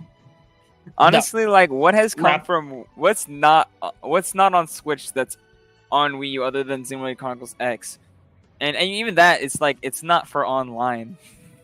I get it could have better online. Just for the record, you don't have to say an online game. Right, but I'm just trying You to think mainly for online. But even for Wii U, just in general, there's not that many Well, games. Splatoon's done, Yeah, but there's Splatoon 2 and 3 on Switch, so and like I think they generally, have who all cares? the maps from Splatoon 1. Yeah, I'll miss the basically. the jumpy game though. Like the local multiplayer one. Squid Jump. Oh yeah, the Jump. ones on the gamepad. Yeah. I want Squid Jump. Release They them. should in bring eShop. those back. Like just have them. Well, I guess it Yeah. loads fast enough now. You don't really need them. Yeah. Before that's why you they did had have it, to wait quite a bit but during matches. I used to play the game because I wanted to play Squid Jump. That was my jam. Squid Jump was the best thing ever. You could play it just on the arcade outside of the game too. You didn't have to play it. Yeah, no, in you're two right. I matches. think I did. It's coming back to me now. Yeah, man. Yeah, Splatoon 1 was awesome. In terms of 3DS though, I used to play Fantasy Life online on 3DS a lot. Really? And we're getting a new Fantasy Life, but I don't know how it's gonna be, and it doesn't seem like it's the exact same as like it's not called Fantasy Life 2 or Fantasy Life 3. It's just like a Fantasy Life subtitle. So it seems like almost like a spin-off of Fantasy Life. So I'm not sure how that one's gonna be. But the original Fantasy Life, playing that online with friends is super fun. Yeah. I didn't even realize that was a 3DS option. That's cool. Yep. Yeah, you could just play the whole game with your friends online. The story, the side quests, like everything. Yeah. It's fully co-op with up to 4 people, I think. Nice. I see his chat here from Guy You Don't Know. It's relevant, so I'm bringing it up. Guy You Don't Know said, I remember years ago when everyone thought that a Xenoblade Chronicles export was likely happening soon, since one of the developers said they wanted it on Switch. Well, Switch is still going to be supported at least until the end of March 2025, and I think longer. So I still think we have a couple years where they could bring Xenoblade X onto Switch. They're going to need this is honest, like the next couple years are probably like the best time, or maybe the most likely period of time where we could see more remasters and enhanced ports on Switch, because those are easier to put out than brand new games, while Nintendo focuses the new games on their new hardware. So, like I think Xenoblade X can still happen. And on that note, I'll mention that Wind Waker HD, Twilight Princess HD. Ah, yes. Those. Within the next 2 years, I wouldn't be surprised if those come out. As for Wii U, I mean, we brought up Splatoon earlier. Like even Splatoon 3's DLC is a Splatoon map, like hub area. Like so, it's kind of like they've done a lot. I haven't downloaded the DLC. Play Squid Jump in it. Yeah, that's what I haven't even bothered to touch it yet, because I was like, okay, I don't really care about the lobby. Like that's nothing for me. I'm waiting until side order. Huh. Same. Yeah. Actually, I haven't even done the campaign Splatoon 3 yet. There's a lot. I haven't even done the Splatoon 2 campaign. Oh, I 100% did that one. It was good, but I need to go and do Splatoon 3's. Splatoon I did not do Octo expansion though. I did. That's free. I can go back to that. Octo expansion is great, but I don't currently very challenging too. Copy of Splatoon 2. That's why I haven't done it. Octo expansion will challenge you. You can make it easier on yourself by picking an easier weapon, but if you pick the harder weapons for the challenges, oh boy, you expect to be trying like 10, 20, 30 times for some of these. I wonder if I could buy Splatoon 2 again at a cheap discount or something. Because I sold it a long time ago, so I thought I would never play it again. I was wrong. How much does it cost now? $60. Yeah. Of course. Thanks, Nintendo. Love that about you. Yeah. There's a physical version of Splatoon it's a starter pack. I'm sure you can find somebody selling Splatoon 2 for real cheap on Oh yeah, I'm sure I could get a deal off of it or something at some point. It's not on my. I got a lot of games that I got to get through. Oh yeah, always. Yeah. So, is there anything else, Brandon, that you have? I got some. I'm holding back. Tamagotchi Life. Give me that. Give me Tamagotchi Life. Okay. I've People heard bring lot that of up a lot in the request that. chat. I think people will be happy with that. Yeah. I'd like to see Star Fox Guard. I'm focusing on Wii U first. Ooh. Yeah, I'm like ignoring Star Fox Zero. I just want Star Fox Guard. Yeah, Guard was actually compelling. Zero was. I won't say it's garbage, but it was not good. I rather them give me like a remaster of Star Fox Assault. If they're gonna give us an old Star Fox game, I'd rather Star Fox Assault and give us online with it. Man, that honestly would be really good. We haven't had Star Fox online like ever. Star Fox Assault. We haven't Star Fox multiplayer in a while. It's a GameCube game, so I probably should talk about a GameCube game for the Wii U and 3DS, but topic. But like Star Fox Assault, it has a lot of cel shaded visuals, like it could easily, they could remaster it pretty easily, and it would still look pretty good.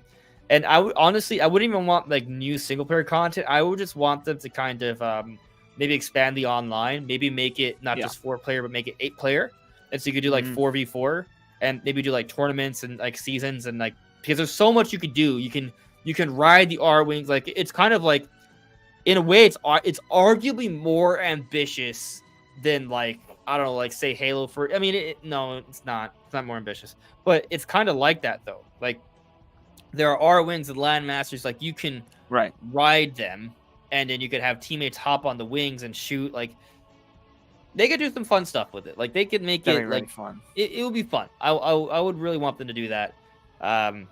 Bro, imagine this concept: Star Fox 99. It's Star Fox 64 multiplayer with 99 people in space. Well, any map. I mean, there's big maps. So the problem is, what's the concept? Like, who are you fighting? It's Star Fox 64 online. 99 online with 99. Yeah, it's just a dogfight with 99 players. That is interesting. That'd be wild, bro. You know, it'd be cool. Insanity. If they did it in 3-man squads, as they usually do in Star Fox. I mean, sometimes they do 4. It depends, but they could do like 4, like 3, and so because it's 99, it's divisible by 3. So it's just about getting your squad to the top, and you can defend and protect each other. Right. Be cool. It would be fun, dude. It would be so crazy. Like. That would be massive. It would be massive. There's so much going on, bro. It would be insane. Is it just in space, or is it just R-Wings, or do we have like land as well, where we can transform into Landmasters and the walkers? My initial concept was a 99 game, so I assume it'd be limited to the. Well, I assume it wouldn't be, because you can run and use Landmasters in 99. So I assume You could do that too. In 64, yeah. Or in 64, yeah. So 99, then you should be able to do that as well. The walker. You don't have to, but like some they sort might. They have the tank already, so it would be Landmaster so cool. And you got and imagine if the cities are destructible. Oh, yeah. I mean, they were already semi-destructible. And not in the multiplayer, but like in the campaign. This would be so cool. It's not going to happen. They haven't done anything outside of like the 8-bit, 16-bit yet, so I don't know if they would do that for this. But also, Star Fox doesn't have really like they have. Well, I mean, there's no way they're doing Star Fox or the original Star Fox, but 99. That would be how would you wouldn't even be able to tell what's going on, bro. Doo-doo. Yeah, it's tough. It'd just be a bunch of lines on screen. I mean, they could update the visuals a little bit. They updated the visuals a little bit for F-099. Yeah, but yeah, I still don't. Yeah, I don't. Yeah, I just don't see how it works. Brandon, we're talking about like new Star Fox games, and none of them were on Wii U or 3DS. Like this is so off topic. Yeah. True. Outside of play 3DS games online, like I don't know. well, I mean, it doesn't have to be online related. I already told you that. I didn't play the 3DS that much. Period. Okay, so I already mentioned Federation Force earlier, and I even suggested like, what if they were like remake it with a Prime remastered engine? That would be sick. Love it. I was kind of thinking about like, why did it even go in the chibi direction? And I bet the reason they did that is because they were trying to get Federation Force to appeal to the Eastern market, because Metroid doesn't appeal to the Eastern market, just the Western market. And I bet that's why they did that. Didn't work. I wonder if it's just because it was on 3DS. That probably didn't help either. Yeah, so this I would runs actually easier. going beyond that. I mean, Kid Icarus Uprising is like a given. That's like the best. That's like my favorite yeah. 3DS game. Well, that had online. Yeah, it had online. It'd be a really good I heard online it's good. game. Yeah. By the way, going back to Wind Waker, if they could bring back the tingle bottles, but not Miiverse, obviously, but some sort of messaging system with the tingle bottles, like bring that back. That was such a good feature. It's funny that you like it because I literally never read a single one. I just ignored them. I think I turned the feature off, actually. I was like tired of seeing these bottles. You know what's funny is that they kind of brought the bottles back in Tears of the Kingdom. They're not. It's just with characters in the game. There are bottles you can find in Tears of the Kingdom. Yeah. But that's like in-game content. They're side quest related. Yeah. So I just I was just annoyed. I was like, why? I don't want to see these people's random comments in my game. This is taking me out of the moment. Kind of. I mean, I understand it being an option. Oh, it would be cool though. It's a very like kind of like Dark Souls-y kind of thing. So, I'm all for more. I actually had a Dark crazy Souls idea, makes more Brandon. sense though. It's like other people who've been here before. I mean, I can get into it more with Dark Souls than with Zelda. I'm just like, why are these people telling me this random nonsense? Anyway, this is not important. I think that's just that's definitely you. I think you just have this image of what Wind Waker should be. So when you see the bottles, you're like, screw this, because I don't think it's any different. I think it's very different. Because people mess with you in Dark Souls messaging too. Like it's not like but I don't know. I just don't see how it's different. I think it's different. If anything, I would argue the bottles make more sense because you think there's that many people throwing bottles everywhere? No. In Dark Souls, people dying all the time. I understand they ghosts be leaving messages, you know? Yeah, but the way the story is, it's just you, right? Like it's not like they're saying, "Oh, there's all these other people trying to do the same thing." Like that's not part of the story, from what I gather from the ones I've played. Anyway, I haven't played them. My what? I've never played Dark Souls in my life. So how can you even say you're more okay with it than that when you haven't even done it? Because it seems more correct. I've seen Dark Souls. I know Dark Souls. I just haven't played it myself. I've seen a lot of people play it. I just think I think it's. No, I'm just biased. I think that's, and listen, that's okay. You want your Zelda a certain way. I'm not saying you can't have it that way. I'm just simply saying that it's the same thing. And I'm saying in my mind, it's very different, but I'm sure it's the same thing too. Yeah. Anyway, it would be, if they were to, I brought this up though, because, this is a hint for a video that will hopefully come out this week. I have to wait on approvals, but the Zelda video I've been teasing the last few days, it's related to this. Now, this concept is not brought up in the video, just for the record. But what if Wind Waker and Twilight Princess, the reason we haven't seen them yet is not just because Nintendo's saving them, but because they're not just basic they're not just rehashing them. Like they're getting visual reworkings. Like what if Twilight Princess is being made with a new graphics engine that makes it look like that tech demo, you know? And what if like basically just imagine if Nintendo outsourced a Twilight Princess remake to From Software. Yeah. That'd be interesting. So it's still Twilight Princess, still has the dungeons. Maybe they remix them a little bit, you know, kind of like a Master Quest sort of thing. But the boss fights, the duels, it's kind of they're sort of remixed or revamped to feel very Soulsborne like. And it's got a visual style. It has visuals that are comparable to that tech demo. How hype would that be? It'd be insane. It's never gonna happen.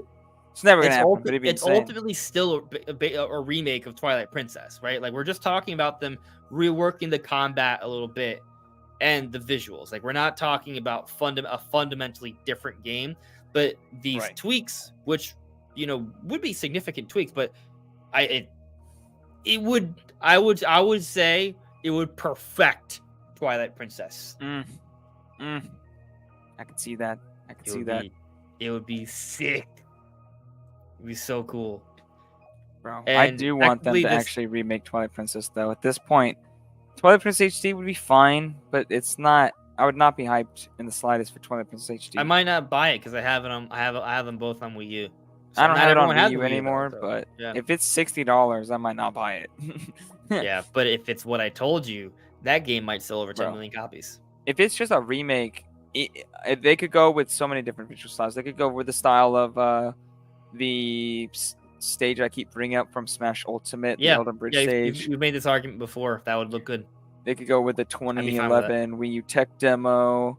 They could go with just any different number of styles. All I'm saying is that the core concept of the video that will come out later this week is that I think Nintendo needs to have something Zelda related that's significant early on to the system's life cycle, because I don't see how they wait 5 years to get out a mainline Zelda game on their system. When have they ever done that? Tell me one system where we waited 5 years for a 3D Zelda offering. Yeah, I guess on Switch and Wii, we had the cross-gen. Correct. So you could count those as... It's their launch day. Yeah. They did it better than the rest. So, I mean, if you Time don't count the cross-gen, then both Wii and Switch. But if you do count cross-gen... But they do count. So... Yeah, okay. They count. I don't see how they wouldn't count. I mean, even like Breath of the Wild has better visuals technically than... Yeah, but I mean, they could do an enhanced port. It would be the same thing, just with a delay. And I would not count that. Point is that they were... Listen, most people played Breath of the Wild on Switch. Most people played Twilight Princess on Wii. Like, they had the point is... It wasn't really... That was just because those consoles weren't successful, though. Than their counterparts. The point I'm trying to make to you, Brandon, is that there is a major Zelda available early on the system. And Switch 2, right, because of where Tears of the Kingdom has come out, hasn't had that opportunity, right? Because it came out, you know, I'm assuming at least a year away from Switch 2, if not more. Like that, it's not a cross-gen title. They didn't do it for Tears of the Kingdom, and so all I talk about in the video that's coming out later this week. But you look at the systems where it was a similar situation, right? So, for example, Nintendo DS Spirit Tracks came out December 2009, and Ocarina of Time 3D came out in the first year of 3DS. 3DS came out a year later, and then about half or so year later into 3DS's life cycle. So less than 2 years later, we got Ocarina of Time 3D. So give me another example of a Nintendo system where a Zelda game came out late into that life cycle, but not so late that it was cross-gen. I assume you already have the information, so could you just tell me? I do, but I forgot it. Oh, I got it. You ready? yeah. Skyward Sword came out 2011 Mm. on the Wii. Dead for a year, Wii U comes out. In that first year of Wii U, they released Wind Waker HD. Mm. See where I'm going? Mm. Yeah. Like there isn't like a they make sure to get something True. Zelda. They never did a Skyward Sword on like Wii U port though, which they could have done. And I assume they're gonna do some sort of port of Tears of the Kingdom because that game's Yeah, I actually mean it successful. doesn't have to be a remake of Twilight Princess. It could be a visual enhancement of Tears of the Kingdom, maybe with new content. It could be we did hear about that tech demo of Breath of the Wild. There's options. But the point Yeah. is some sort of visually enhanced Zelda game. I kind of like based off Nintendo's track history, I kind of expect something like that when the first 2 years of Switch 2. Right. Yeah. That- No, I agree with that. I didn't know you were including a visual enhancement of Tears of the Kingdom in that Well, as well as a the possibility. argument is that it could be a remake, but I think you could. I but think we could get doesn't have both. to be. I think within the first, like fiscal year of the device, or the first calendar year, sorry, of the device being out, we could definitely see a some sort of other, because I think Tears of the Kingdom Enhanced will be very close to launch, if not day one, as an update. Unless it has some kind of DLC, but they're saying they're not going to do that, so we'll see. Well, it's not necessarily DLC if it's just if it's an exclusive sort of epilogue campaign for the Switch 2 version. Yeah, I guess it's not DLC if it comes with the game. But you then can it's not pay- really an upgrade to the game. It would just be a whole other version of the game you'd have to buy separately. Otherwise, it would be DLC. Because if you Well, upgrade to the game and then maybe you install the have content, that's DLC.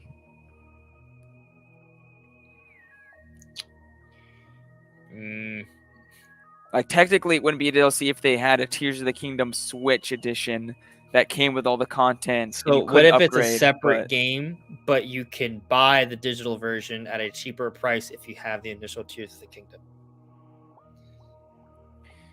I mean, yeah, you could do like an upgrade to the new game. I mean, truth be told, I don't think it's really likely. But Nintendo could also be like, "Hey, we changed our mind. Here's DLC." Right? So, Yeah, but true. the thing is, that would come out like a ways down the road. Probably right? after, yeah. I think like if based off what we kind of assume is like the Switch 2 launch window, like you got a Pokemon game, you got a Mario game, you got a Metroid game, like maybe another Mario game, or maybe like a Nintendo Land or something. Like they don't need this to come out next year. It would be like a 2025 release. So at that point, we're 2 years removed from Tears of the Kingdom. At that point, like, hey, guess what? Here we go. You're like, they can wait long enough to where it's like, hey, we changed our mind. We made this. If you want it, you can buy it. I think it's very reasonable to assume that in 2025 we'll get some kind of Zelda remaster. I mean, we come up with something major for Zelda every single year. We don't even know what it's going to be next year yet. It could be next year, but for 2 years away from Switch and away from Tears of the Kingdom and not expecting some sort of at least semi-major Zelda content, would be kind of shocking, to be honest. Yeah, I mean, and obviously 2D Zelda at some point, but I'm just saying, you look at the history. Every 3D capable Nintendo system, they've made sure. And in the 21st century, right? Because Ocarina of Time came out in the 98, 64 came out. They made it almost 2 years, right? So that's maybe like the exception, but it was also kind of like the beginning of 3D It's Zelda. also delayed many times. But point is, you look at all other systems after that point, they make sure to have some kind of major 3D Zelda offering in the first 2 years, less than the first 2 years, usually more like a year and a half or less. Something like that's kind of like the window. So yeah, I it's kind of the core concept of the video. There's a lot more to it than that, but I'm kind of thinking at this point, unless they come out with Wind Waker HD and Twilight Princess like as a late Switch game, and that's kind of like it's just like to pad out the Switch lifetimes, so it still gets some games at the end of its life. I don't see the point of them releasing Wind Waker, like, and Twilight Princess on the Switch too. I mean, they definitely wouldn't just call them HD. Nah, man, just to- hire From Software to remake them. Let's go. Bring back the Tingle Bottles. I You're think gonna it would like it. make more sense to like at this point add some like ray tracing to Wind Waker and then just go completely like remake Twilight Princess. Hey, Brandon, to bother you, I just thought about this, right? So they bring back the Tingle Bottles. They add a messaging system. You know, some sort of like, it's not Miiverse anymore, but it's something specifically for Wind Waker. This new version of it. But for Twilight Princess, they bring the Tingle Bottles, and instead of coming from the ocean, they come flying down on a little balloon. Which honestly really does, it fits Twilight Princess pretty well, because a lot of the story is about there being Just have the city mailman inside. come and hand you random crap all the time. Maybe. Oh, but that would get annoying though. Because there's already several points where he gives you a letter. It's kind of like if they just had random. No, I love it has that to be guy. something. It has to be something that you kind of just see and you can optionally choose to get it or not. So it wouldn't be the mail unless it's the mailman kind of like panting, and you can go talk to him and he hands you something he found. But otherwise, I think it has to be an optional thing. Yeah. No, the mailman was a joke. That'd be really annoying. I believe in my idea. The bottles coming down from a little balloon, just like yeah, sure. You It's- can have your bottles and balloons. someone sent the message away, hoping you get to the right place, but the wind blew it towards you. Sucks. Yeah. Suck. Anyway, you got anything else? I mean, I got more. Luigi's Mansion. I think they should bring it over to Switch. Yeah. Then we can I mean, play 1, 2, and 3. Right? Does it not make sense? Like, why wouldn't you? Now, I'm not saying it has to be another remake. It could probably maybe just be like an upscale of the original GameCube version or an upscale of the 3DS remake one. on 3DS, whatever version you pick. You know, an upscale, nothing super substantial, but at least something decent. Kind of like what we got for Pikmin 1 and 2. Like, I'm okay with what they did with those games. Not every game needs to get the full treatment, but at least so that game is available so we can play the entire trilogy. Luigi's Mansion 1 looks good, by the way. On the GameCube version, like, you give it an upscale, it holds up. Yeah. Outside of Luigi's Mansion and Kid Icarus and Federation Force, if it's like dramatically remade and enhanced. What are 3DS games? I mean, you brought up one. Yeah. I brought up Fantasy Life. Bring up one more and we'll move on. Close things out. I'm struggling to even come up with a 3DS game in my head right now. What's the 3DS game you liked? 3DS game that I liked. Yeah, just tell me a game you liked. I already brought up Tomodachi Life. I already brought up Fantasy Life. Yeah, actually, you brought up plenty. I mean, I'm putting on the spot. It's fine. I just cannot name a single 3DS game at this point. I don't know why. My mind is not working for me at the moment. I mean, I got one. This is my video from like a week ago. So for me, I had an unfair advantage because I already came up with lists for both. Samus Returns. Oh yeah, that's a great one actually. Yeah. When that game came out, a lot of people were like, really like why can't this come to Switch? We want it on Switch, not 3DS. So I'd be happy with that. There's another game that came out late 3DS. It's similar. It's the same developer as Fantasy Life, and it's a kind of a similar game. I forget what it's called. It's like set in a desert. It's like Ever Oasis. That's what it is. That's made by Grezzo. I think Grezzo made Ever Oasis. Yeah, but I think who made Fantasy Life? Why do I think these are the same developers? Isn't Fantasy Life Square Enix, or am I wrong? No. No. Okay, I think I'm thinking Fantasy about Life Fantasy might Star. be Factor 5. How is it? Fantasy with an F or a PH? It's level 5. Then why do I think it was Grezzo? I don't know. I think it was just similar to Fantasy Life when I saw it, and that's why I was thinking of it being the same developers. But either way, I would like to see that game come to Switch, because it reminds me of Fantasy Life a bit. Okay, so what game was I thinking about when you said Fantasy Life? I It's don't about Fantasy Star. Oh, It's an online game. yeah, Fantasy Star Online. Yeah. But no, I was like, no. I was like, I didn't realize that was on 3DS. And then the new one is Fantasy Life: The Girl Who Steals Time, which looks, I mean, visually it looks nice. Yeah. So It reminds Bravely me of Link's Default. Awakening a bit. Bravely Default was on 3DS, and we have Bravely Second. There's also Bravely. Yeah. There's Bravely Default 2, but there's Bravely Default and Bravely Second on 3DS. So I wouldn't be opposed to a remaster of both on Switch. Granted, I haven't played Bravely Second either. Yeah, so, but I know they're good games. They're games I want to get around to, just haven't. So yeah. But also like another Code Recollection, like I'm interested in that. I'm probably gonna play that in January, unless the reviews suck. So I've heard really good things about the game. I don't think they'll suck unless they ruined the game somehow. Probably not. Yeah, it's a remaster of a good game. It's hard to screw it up. It's happened, but I doubt it will. Yeah, and it seems like the DS game seemed to have been a little more simple, but they seem to have remade it to be more like the Wii game. I'm not exactly sure. It's just kind of what I gathered from the trailer. It looks from pretty good, like things people were saying. Yeah. Anyway, let's close things out. We'll do a little bit Q&A for about 10 to 15 minutes, and then we'll call it a night. Sounds good. So, guys, if you got any final questions or points you want us to discuss, please at me now, share it with me, and I'll do my best to get to it. JT Gamer, by the Zelda remasters for the that's where the Oasis comes from. Yeah, they're all made by Grezzo. Yeah. Yeah. Riandro, how are you?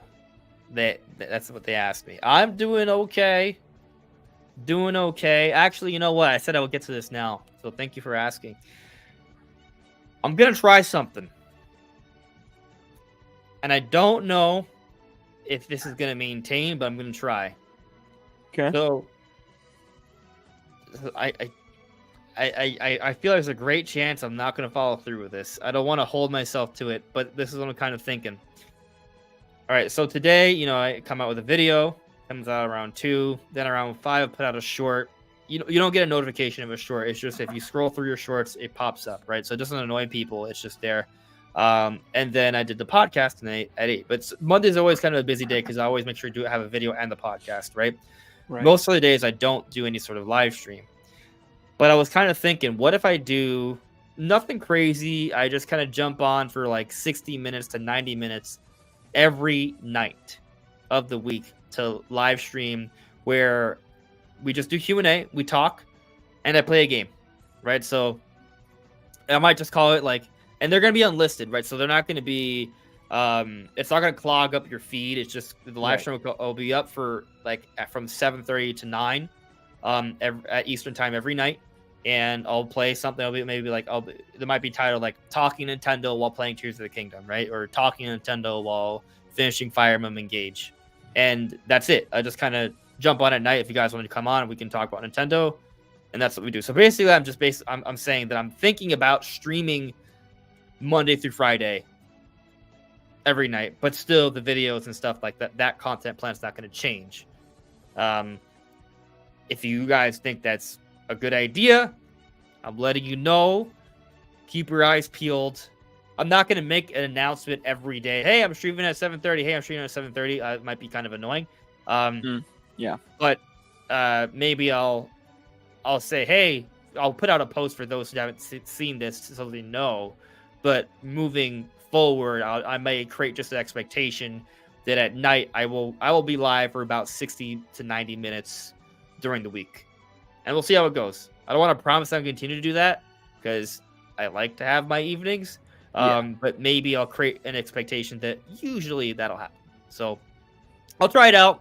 Probably going to hate it, but we'll see what happens.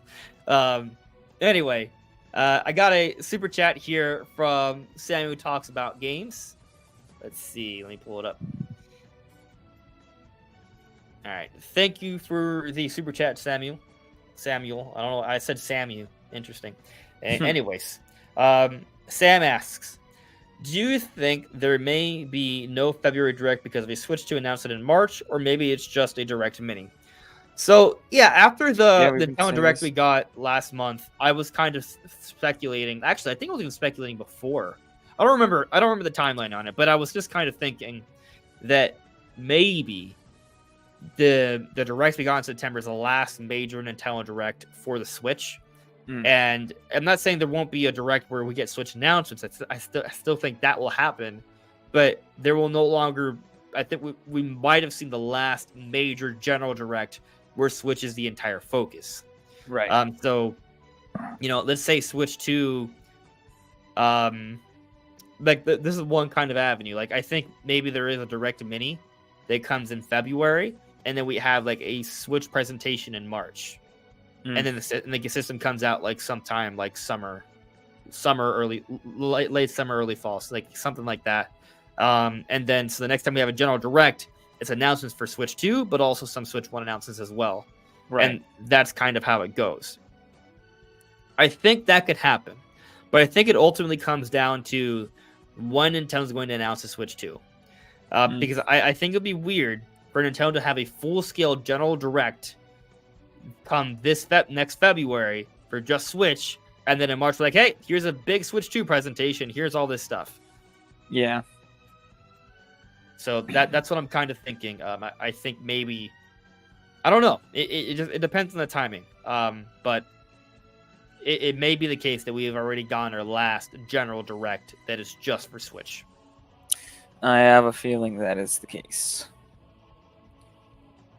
Something that was odd. Go on. I just think they'll have like a Direct Mini. I don't think they'll announce it at the end of the Direct Mini or anything, but like a week after the Direct Mini, they'll be like, "Hey guys," or not a week. I don't know. It depends like when in February. Probably like a week or two before the event, they'll announce it. I think they will announce it a bit ahead of time. I honestly think there's still a chance we get a teaser this year, and maybe March could be like the big presentation. So something that I think is interesting to talk about is why we've heard from the Nate Hay podcast, this is info that supposedly came from Gamescom. He kept hearing like March is an important date, but this is something that would be for like developers, potentially like insiders. Like, why would they be hearing about this information? So what if the reason why this date was being kind of thrown around is because that's the date that devs should have demos or builds ready for their games to be showcased in a major presentation. So, but if there's going to be let's say there is going to be a major presentation come March or around that time, right? Then maybe the system would be announced beforehand, but it would just be teased. So kind of like how Switch 1 had a quick trailer October 2017, but they had a major presentation. Sorry, that was wrong. October 2016 is when they had the teaser trailer for Switch 1. Right. But the major presentation was January 2017, and it released the beginning of March. Like, what if they have a teaser? Maybe the window's a little bit elongated, it's a little bit later. So like maybe Switch 2. Maybe this is me on the hopium copium, but like what if at the Game Awards they make like a subtle tease, like not as something as significant as like the Switch 1 trailer, but just like, hey, we got something coming. Stay tuned. And then Nintendo leaves us kind of like wondering for 3 straight months, and they're like, hey, next week, tune in for a special presentation on our next console. Could happen. So, know. Something like that. And then we had the major presentation in March, and maybe, although if it's a major presentation in March, maybe it comes out even sooner than September. Look at you look at the quick turnaround for Switch, where it was a January presentation, I think a mid-January presentation. It comes out March 3rd. Like, we're talking like a 6-week window. Yeah, but that's because their console was dying. They were trying to throw Sure. the Wii U out as quick as possible, move on to the Switch. I could see like March to September is that like 5-6 months? March, April, Yeah. May, June, July. a long time. It's 5 months. Maybe they wait till June to showcase it. Maybe the teasers in March and the major showcases in June. It's tricky how they might handle this. Nah, I think they could do the major presentation in March and have pre-orders go live in March. If they do the major presentation in March, what do they do in the meanwhile? Do they just not have a major presentation in the summer and they just have direct minis until then? I don't see that happening. I don't know. It doesn't feel like the Nintendo. Why wouldn't they have another major presentation this summer? Well, why would they have a major presentation showcasing a whole bunch of Switch 2 stuff and then do another one that's still months before it releases? Like, why would Nintendo have two presentations advertising the system before it releases? I just don't see. You know what I mean? Like, normal. Is it? I think even I think Xbox a teaser. And Sony did that. I think a teaser and then a major presentation. I just don't see like two 20 to hour-long presentations months apart before the 2 releases. No, you don't need to have like a... I don't think either of them are going to be an hour. Well, the Switch presentation. Switch one was, but that I'm was kind of banking more on them being directs. Yeah. Or it being a direct, because I don't believe we'll have two. I don't think we'll have two. No, I think they could direct before definitely it releases. show off, focus on Dedicated the console in March, and then tease a few games, and then it'd be like the October kind of tease, but more in depth. And then just do another presentation showing off more stuff in the summer. I don't know. I don't know. Maybe they will just release it earlier than September. That's kind of, I don't know. I think what we see for this year will be telling, right? Like if we don't get even a teaser, I think that kind of maybe strengthens the argument for maybe a September, October release. And if we do get a teaser, maybe that suggests it might happen a few months sooner. I don't know. I feel like getting a teaser this year is just really early. If you're saying we might need to really wait early March for a to have September release. It's early for a September release. I agree. I think that's ultimately the point. Release. What? Unless it's a March release, I'd say it's early for any release next year by your standards. You're right. Unless it comes out I don't know, May or June. It's not out of the question. I'm not betting. Definitely I'm not could. banking on it. I'm just saying, I don't think it's out of the question. Not yet. So anyway, let's just continue on the chat here. Let's see. Connor, hey man, what's up? Also, what I think Nintendo should do a 3DS remastered version of which is Tomodachi Life. I mean, come on, we have Miitopia. We just need Tomodachi Life in Switch 1. I mean, I knew the comments would like that suggestion. There you go. Yeah.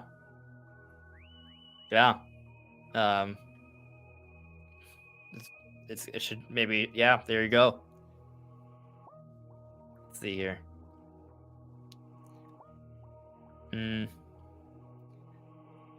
JT Gamer, I do not think so. I think they're going to put a lot more remakes into Switch 1.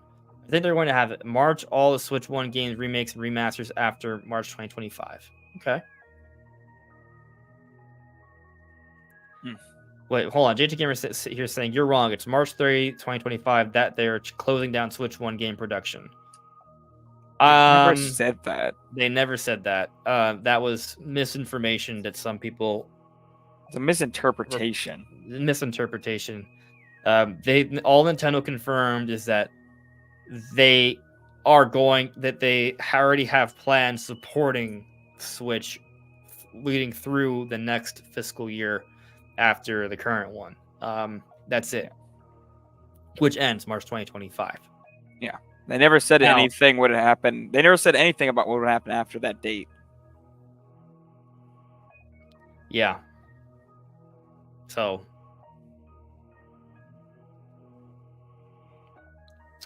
guy you don't know, Nintendo might as well make a direct sequel to Federation Force that's better in every way and also ditches the chibi art style if they're dying to revisit the concept for some reason. Yeah. Let's do it. Exactly. Give me a new Federation. I don't think they would call it Federation Force either. They would come up with a new name for sure. They wouldn't be like Federation Force 2. You guys loved the first one, right? Metroid Prime Hunter Friends. That's perfect. Yes. Metroid Prime Duck Hunters. It's a sequel to Duck Hunt and a spin-off of Metroid Prime. Netweed09. I believe this is a reference to me streaming more often. I'd love that, but make sure you get good hydration. I suggest twice per week, though. One every weekday seems a lot for anyone. Yeah, probably. Maybe I could do it like every other day or something. We'll see. I guess the idea is just to kind of make it very casual, right? Like just nothing, not like crazy, like anything. It's just, hey, I'm popping on a game, just gonna play and talk. Heck yeah. Just chill. Yeah.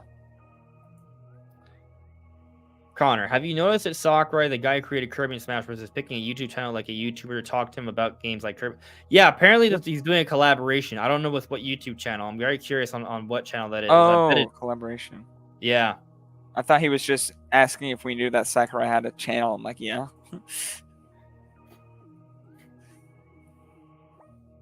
I like how he specifies who he is as if we might not know. That's funny. Thank you. Yes, thank you. Risky Gumiar. Andres, why do Nintendo fans keep thinking Nintendo don't care about Metroid while in reality a new Metroid game always arrive on every Nintendo console besides N64? Wii U? Yeah. Maybe because there hasn't been a new Prime game in like forever, and before the most recent 2D Metroids, there hadn't been a 2D Metroid in a long time too. Well, I mean, if you do break it down by platform, I think there is truth to what Risky is saying, though. If you break it down by years, it tells a little bit of a different picture. Yeah. But, like, so the GameCube had Metroid Prime 1 and 2. The Game Boy Advance had Metroid Prime Fusion and Zero Mission. Fusion, but yeah. That's what they call it, Prime. Metroid Fusion and Metroid Zero Mission. Thank you. The Wii had Metroid Prime 3 Corruption. It had Metroid Prime Trilogy. It's got a little bit of a remastering of all 3 Prime games together, which is kind of a crazy deal they put together then. Oh yeah. Only 2 years removed from Prime 3, and then they also did Metroid Other M. So Metroid was supported on Wii. The DS had just Metroid Prime Hunters, but there was a demo that was available early on, eventually came out Metroid Prime Hunters, and they also had a spin-off of Metroid Prime Pinball. I do not believe there was not a 2D Metroid game on DS, which I do think was a bit of a miss. It's a shame. Yeah, it was definitely a shame. But they could put out a 3D Metroid game instead, which was, probably it was not easy for them to get that done. It's very interesting because the DS had a pretty good amount of 3D games, but it is actually a surprising. Well, I guess it's not that surprising, but it's a 2D powerhouse, so it can actually do. It does 2D much better than it does 3D. A lot of the 2D games hold up much better. I think it's interesting that while the DS we kind of made comparisons to the N64, it was a 3DS that was remastering mostly N64 games. Yeah. But the DS was more like a PS1 but weaker. Yeah. What's interesting, the 3DS, we thought it would compare to the GameCube. And I mean, it did get some. The new 3DS is pretty comparable to GameCube and Wii. Yeah. It kind of did some things better, some things worse, is kind of what it was. And like the remasters of the N64 games looked almost like GameCube games running at a lower resolution. Like Ocarina of Time 3D and Majora's Mask 3D look almost like GameCube games. Yeah. They are improved for sure. It's almost I'd say like the maybe like texture quality on GameCube is far and above the 3DS though, and yes, Wii for sure. yeah. But the 3DS had some cool effects that you would never see on GameCube because it's It's true. a newer system. Yeah. I don't even know why we're talking about that. I don't remember. Me neither. What off this tangent? Who was I even responding to? But so we were talking about. Okay, so we were going over Metroid support on Oh yeah. Nintendo platforms, right? So yeah, DS had Hunters and Pinball. Then 3DS Samus interest Returns. had Metroid Samus Returns at the very end, but also had Yeah. Federation Force a year beforehand. So like Yeah. 3DS had 2 Metroid games, but it came out And that Metroid late. soccer game too. Blast Ball was Blast Ball, packaged yay. into Federation Force, so I just considered it the same game, basically. Oh yeah, it was just a demo that was separate. Yeah. And then Wii U is the real exception. Wii U didn't get anything. We had 2 Metroid games. And yes, the 3DS didn't get a real good 2D Metro or any kind of Metroid until Samus Returns, which was after Switch had already released. Right, and it was a remake, not a new game. Yeah. And then Federation Force that came out a year prior was like a year. It was hated upon. Yeah, it was not what Metroid needed at the time, for sure. Right. Yeah. So, I guess the problem is that like, so you go from Metroid Prime 1, 2, and 3, which are all Game of the Year caliber kind of games. Like they're in that conversation in terms of quality, right? And then your next new Metroid offering is Metroid Other M, which did not meet that quality standard. They went in a different direction with that. Yeah. And then Game Boy Advance did it right. Metroid, Bro, I mean, Fusion and Zero Mission, like they did it right. And then a DS, I understand making Hunters, like Hunters was a good idea, but it's unfortunate that they couldn't also get a 2D Metroid for that one. If you're a fan of the Prime series, though.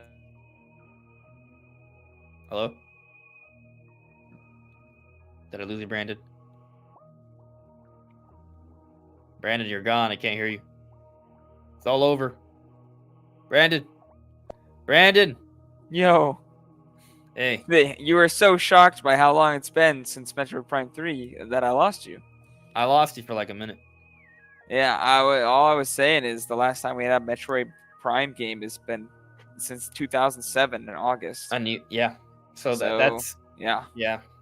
And then we haven't had a new 2D Metroid since Fusion. 2004. Yes. Like, yeah. Like we had some spin-offs, we had Other M, we had a couple of remakes. Yeah, so it's the same. Like since the big, actually like really good Metroid games until the Switch era, there was a absolutely insane like 10-year plus gap for these series. Yeah, so they had Metroid stuff, but it wasn't like premier Metroid stuff. Yeah, and a lot of it like wasn't even considered, or several of the games weren't even considered good. Like not even just for Metroid centers, but just not really good games. Like nobody really liked Other M or Federation Force. I liked Other M. Not the story part, right. Or the Where's Waldo moments, but everything, or the controls. But everything else was great. So you kind of enjoyed it. I got it for $7. No, so that's fair. It's a very great. Good $7 purchase, I'm sure. It was best $7 I've ever spent. I'm sure the game's no Sonic 06. It's not absolute garbage.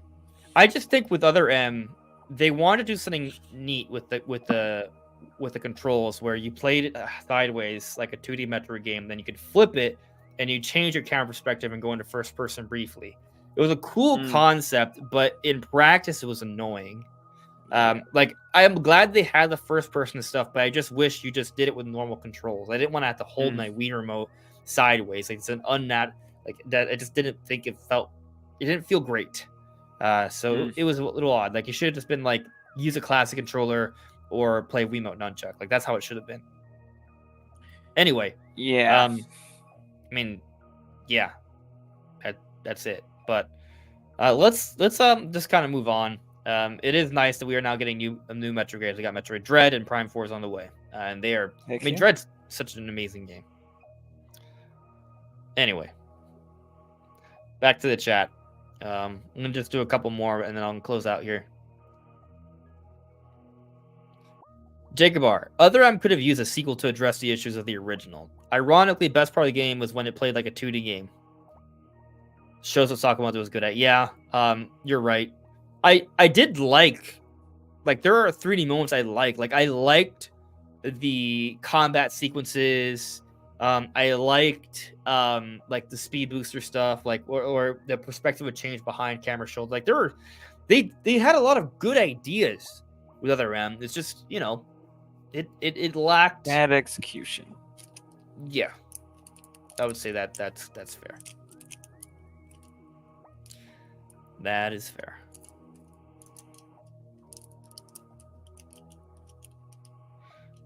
Connor, question: if Kirby and the Forgotten Land did get DLC last year, then what would HAL add to the game? So yeah, I think at this point it's not happening, right? I think it's working on the next Kirby game, but I think just adding another world, like another continent. Another continent would be like another half of a game. I think I would. I mean, you could just have a smaller continent. There's just like 2 worlds. I mean, that's probably how they do it. Another continent with that makes sense. Something like that. I mean, it depends how expensive. I mean, if it's maybe like 2 waves. But do you really want to lock? Yeah, You could have another continent, and then the first wave you unlock like the first world, and the second wave comes out, you unlock the second world. I think that'd be fine. Yeah, but imagine being on a continent and you just see like an area part you can't go to. That'd be cool. It'd be like, oh, look at what I can wait for. Another way they could have little hints at what the game's gonna, that part, you know, that world's gonna be like. Another way they could have done it is they could have done like one wave is just like a whole bunch of mini games, and then the next. Yeah, wave they is, like like, to an do actual these adventure. waves where like the first waves are really just ripples, and then the last wave's the tsunami. Yeah. But I think we agree. I'm not a fan of those, though. We at least get one whole world to explore with. And a world has several new levels and boss fights like that. That'd be cool. Yeah, maybe it should be 2. Like 2 or 3. Give us like a story. Like, don't just like plop a world. Like, there's got to be a story behind it. Yeah. So you go to another continent. There's something going on that continent, and you got to figure it out. Maybe there's like 2 continents, and there's like you kind of go back and forth between them. There's some sort of like mechanic dynamic between them that of course cause you to go back and forth. Maybe some sort of key system, and then once you beat both, there's a final boss that unlocks as a final 3rd area in the game. That's just like a big boss fight with maybe like a really good. It's like one big level to a boss fight, kind of like the final boss in Kirby's Forgotten Land is actually super epic and awesome. It's all epic. Like, Kirby Forgotten Land is such a good game. It goes so hard, and it's wild. Like it's wild. Forgotten Land is the best Kirby game ever made. That's so hands down. Hands down. It's so good. Anyway, we got another super chat here from Taker610. Thank you for the super chat, buddy. Let's see here. Taker610. I can see Wind Waker and Twilight Princess being sold separately on Switch 2 as full remakes like Thousand Year Door and Prime 1. That's why they didn't come to Switch. I would like that. That's what I would like. You know, Wind Waker, I said before in the past that there's not really much they can do. But with ray tracing, there is some cool stuff to do. I don't expect to see From Software is remaking Twilight Princess. Bro. That'd be so cool. I think another developer, though, could do it. Yeah. I think it could happen. Yeah, you're right. It could be done. But man, From Software to do it. Anyway, bro, I'm gonna stop. What if Nintendo's like we're testing out a new engine for the new? No, they wouldn't do this because they wouldn't show it off. But imagine if they did. I mean, the Wind Waker was a tech demo pretty much. For, yeah, like, it was a Wii showcase U, of some of the tech like abilities. But I'm thinking you can do. Right, exactly. But like in my mind, I'm thinking like a Metroid Prime remaster situation where they use like the next Zelda engine to remake Twilight Princess. but I don't think they would do that. I The mean, they could engine use the probably next wouldn't engine, be but done not in with the same time. art style. The engine wouldn't be done by the Right, time yeah, you would like- see this. So Well, I mean, a form of the engine that would work for that I imagine type it of would game just with be. those It would probably constraints. just be the. I don't know. I'm not sure how they handle the engine situation, but regardless, I think they could do something. you They would just probably need actually, you to- know what? They probably make it with Unreal Engine 5. It would be an Unreal Engine 5 game. That'd be interesting. I would like that. I don't know if they I would do believe that. I mean, they I- could definitely could. There's no I think- reason to I- use a custom engine because unless they change the gameplay, it's just graphical overhaul. Well, so I mean- Unreal Engine 5 would work fine. For Right. a Zelda remake, yes. For a new Zelda game, hell no. No, yeah, that's what I'm saying. Yeah. Like, it would work fine. Yeah, I like the things they do in Breath of the Wild and Tears of the Kingdom. I'm not gonna pretend to be like a developer, but I imagine like they did a lot. You would of have to magic. custom. Yeah, it would. Yeah. It's so different. All that would have to be. I mean, you can take Unreal Engine 5 and build your own custom code on top of it. It's just like, why would they do that though? Right. Yeah. Yeah. Anyway, yes. Taker, I'm glad you think that could happen because it gives me more optimism that maybe I'm not too far off with my thinking here. Please. So, and if they did both, I mean, what's interesting about that is you look at the 3DS, so you got a remaster of Ocarina of Time, then you got a remaster of Majora's Mask, and then you got a Link Between Worlds. So maybe that's kind of how they string us along into Switch 2. It's not just one remake, it's two. They come out. Yeah. But give us 2D every Zelda in 2.5 between. years. Yeah, you gotta fit that in there as well. Or maybe that's what they do. Maybe it's a remake, and then, well, I mean, yeah, people. If we only give us, if you give us Twilight Princess and you don't give us all of them. if they give us Twilight Princess and they don't give us Wind Waker, people are gonna cry foul. Maybe So- there will be a Wind Waker, or sorry, a GameCube emulator on Switch 2 online, and they love that version. Yeah. I'll Like, also who say though, needs the people HD version? have been crying foul for a Galaxy 2, so you know. True. Nintendo Um, does not care. Yeah, but also, I think the next Zelda game is years away. So if you want to help tide things over, 2 remakes would be nice on top of a new 2D Zelda. So Yeah, they we'll can see what space do. them out if they're making both of them, right? or like, why- remastering them. Like, you know, so Tears of the Kingdom just came out. We got to end the show like really soon. We're already over 2.5 hours. Yeah. I think. Oh, yeah. So, but I'll just. This is the closeout here. Like this Taker's chat was the last chat. Yeah, it's like Tears of the Kingdom came out this year, which is 2023. I don't know what they do in 2024. I think they got to do something Zelda. I'm not sure what. I think it's too like this remake we're talking about. I don't think that happens like next year. Like that would be No. weird. You would think they would just do a enhanced version of Tears of the Kingdom with DLC, but apparently there's not gonna be DLC, so who knows? I don't know. Maybe that's what it is, but maybe next year is 2D Zelda. Bro, I would be so hyped. Like if they want to have like a big game for Switch fans, maybe that's what it is. Yeah, So it one would of be the a last new game. big New Switch game, but games. it wouldn't be like, you know, it's not the main Zelda team focusing all their resources to make it, but it's still a high quality game people are going to want. And obviously, if you have a Switch too, you can still play it. Maybe it's not obvious. I assume it would through backwards compatibility. Yeah, I think that would work. And then maybe the year we're getting after, new we're like, 2D hey, Mario. Give us a new 2D Zelda the next year, please. Yeah, it'd be sick. It's gonna happen. You gotta be patient. So, I mean, yeah, I think that works timing wise. We even got Link's Awakening remake in 2019. And 5 years. new ago, Super next year. Mario Brothers U Deluxe also came out in 2019. So maybe since we're getting Mario Wonder around, you know, we're getting it in a week, like 10 days or 9 days, that 2D Zelda is less than a year out as well. That would be nice, bro. I would be They so put it out in the hyped. second half of 2024. That way, you know, it's Probably reasonably before Switch 2. one of the last final Switch One Well, games. I was arguing it was a holiday thing, but I don't know. Like, yeah, if Switch 2 is coming out September, you're probably gonna want more than just Peach to be the new game that's for the Switch lineup, and that I think that would fit really well. It's a game that's not. It's gonna look perfectly fine on Switch. Maybe there'll be some enhancements on Switch 2, but it's not gonna. I mean, Link's Awakening looks absolutely gorgeous and runs fine for the most part.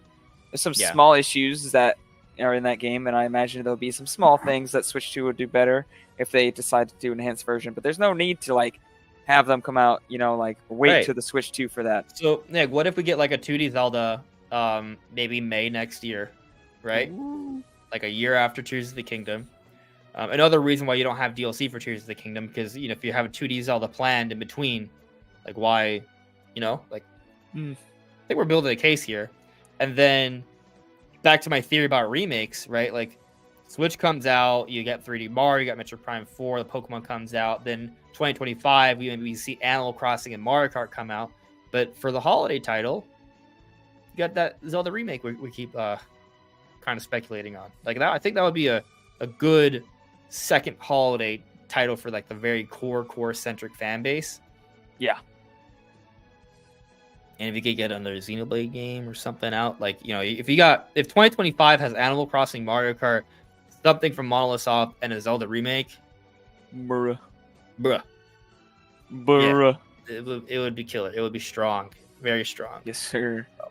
Anyways, that is it for the evening, everyone. Thank you all so much for coming by. If you like the stream, that'd be very much appreciated. If you're new here and you like Nintendo content, subscribe. But otherwise, we'll see you soon. And I'll maybe put out some posts about me streaming more regularly, but no promises. Well, you'll see me soon, though. So anyways, guys, thanks so much. Take care. Bye, guys.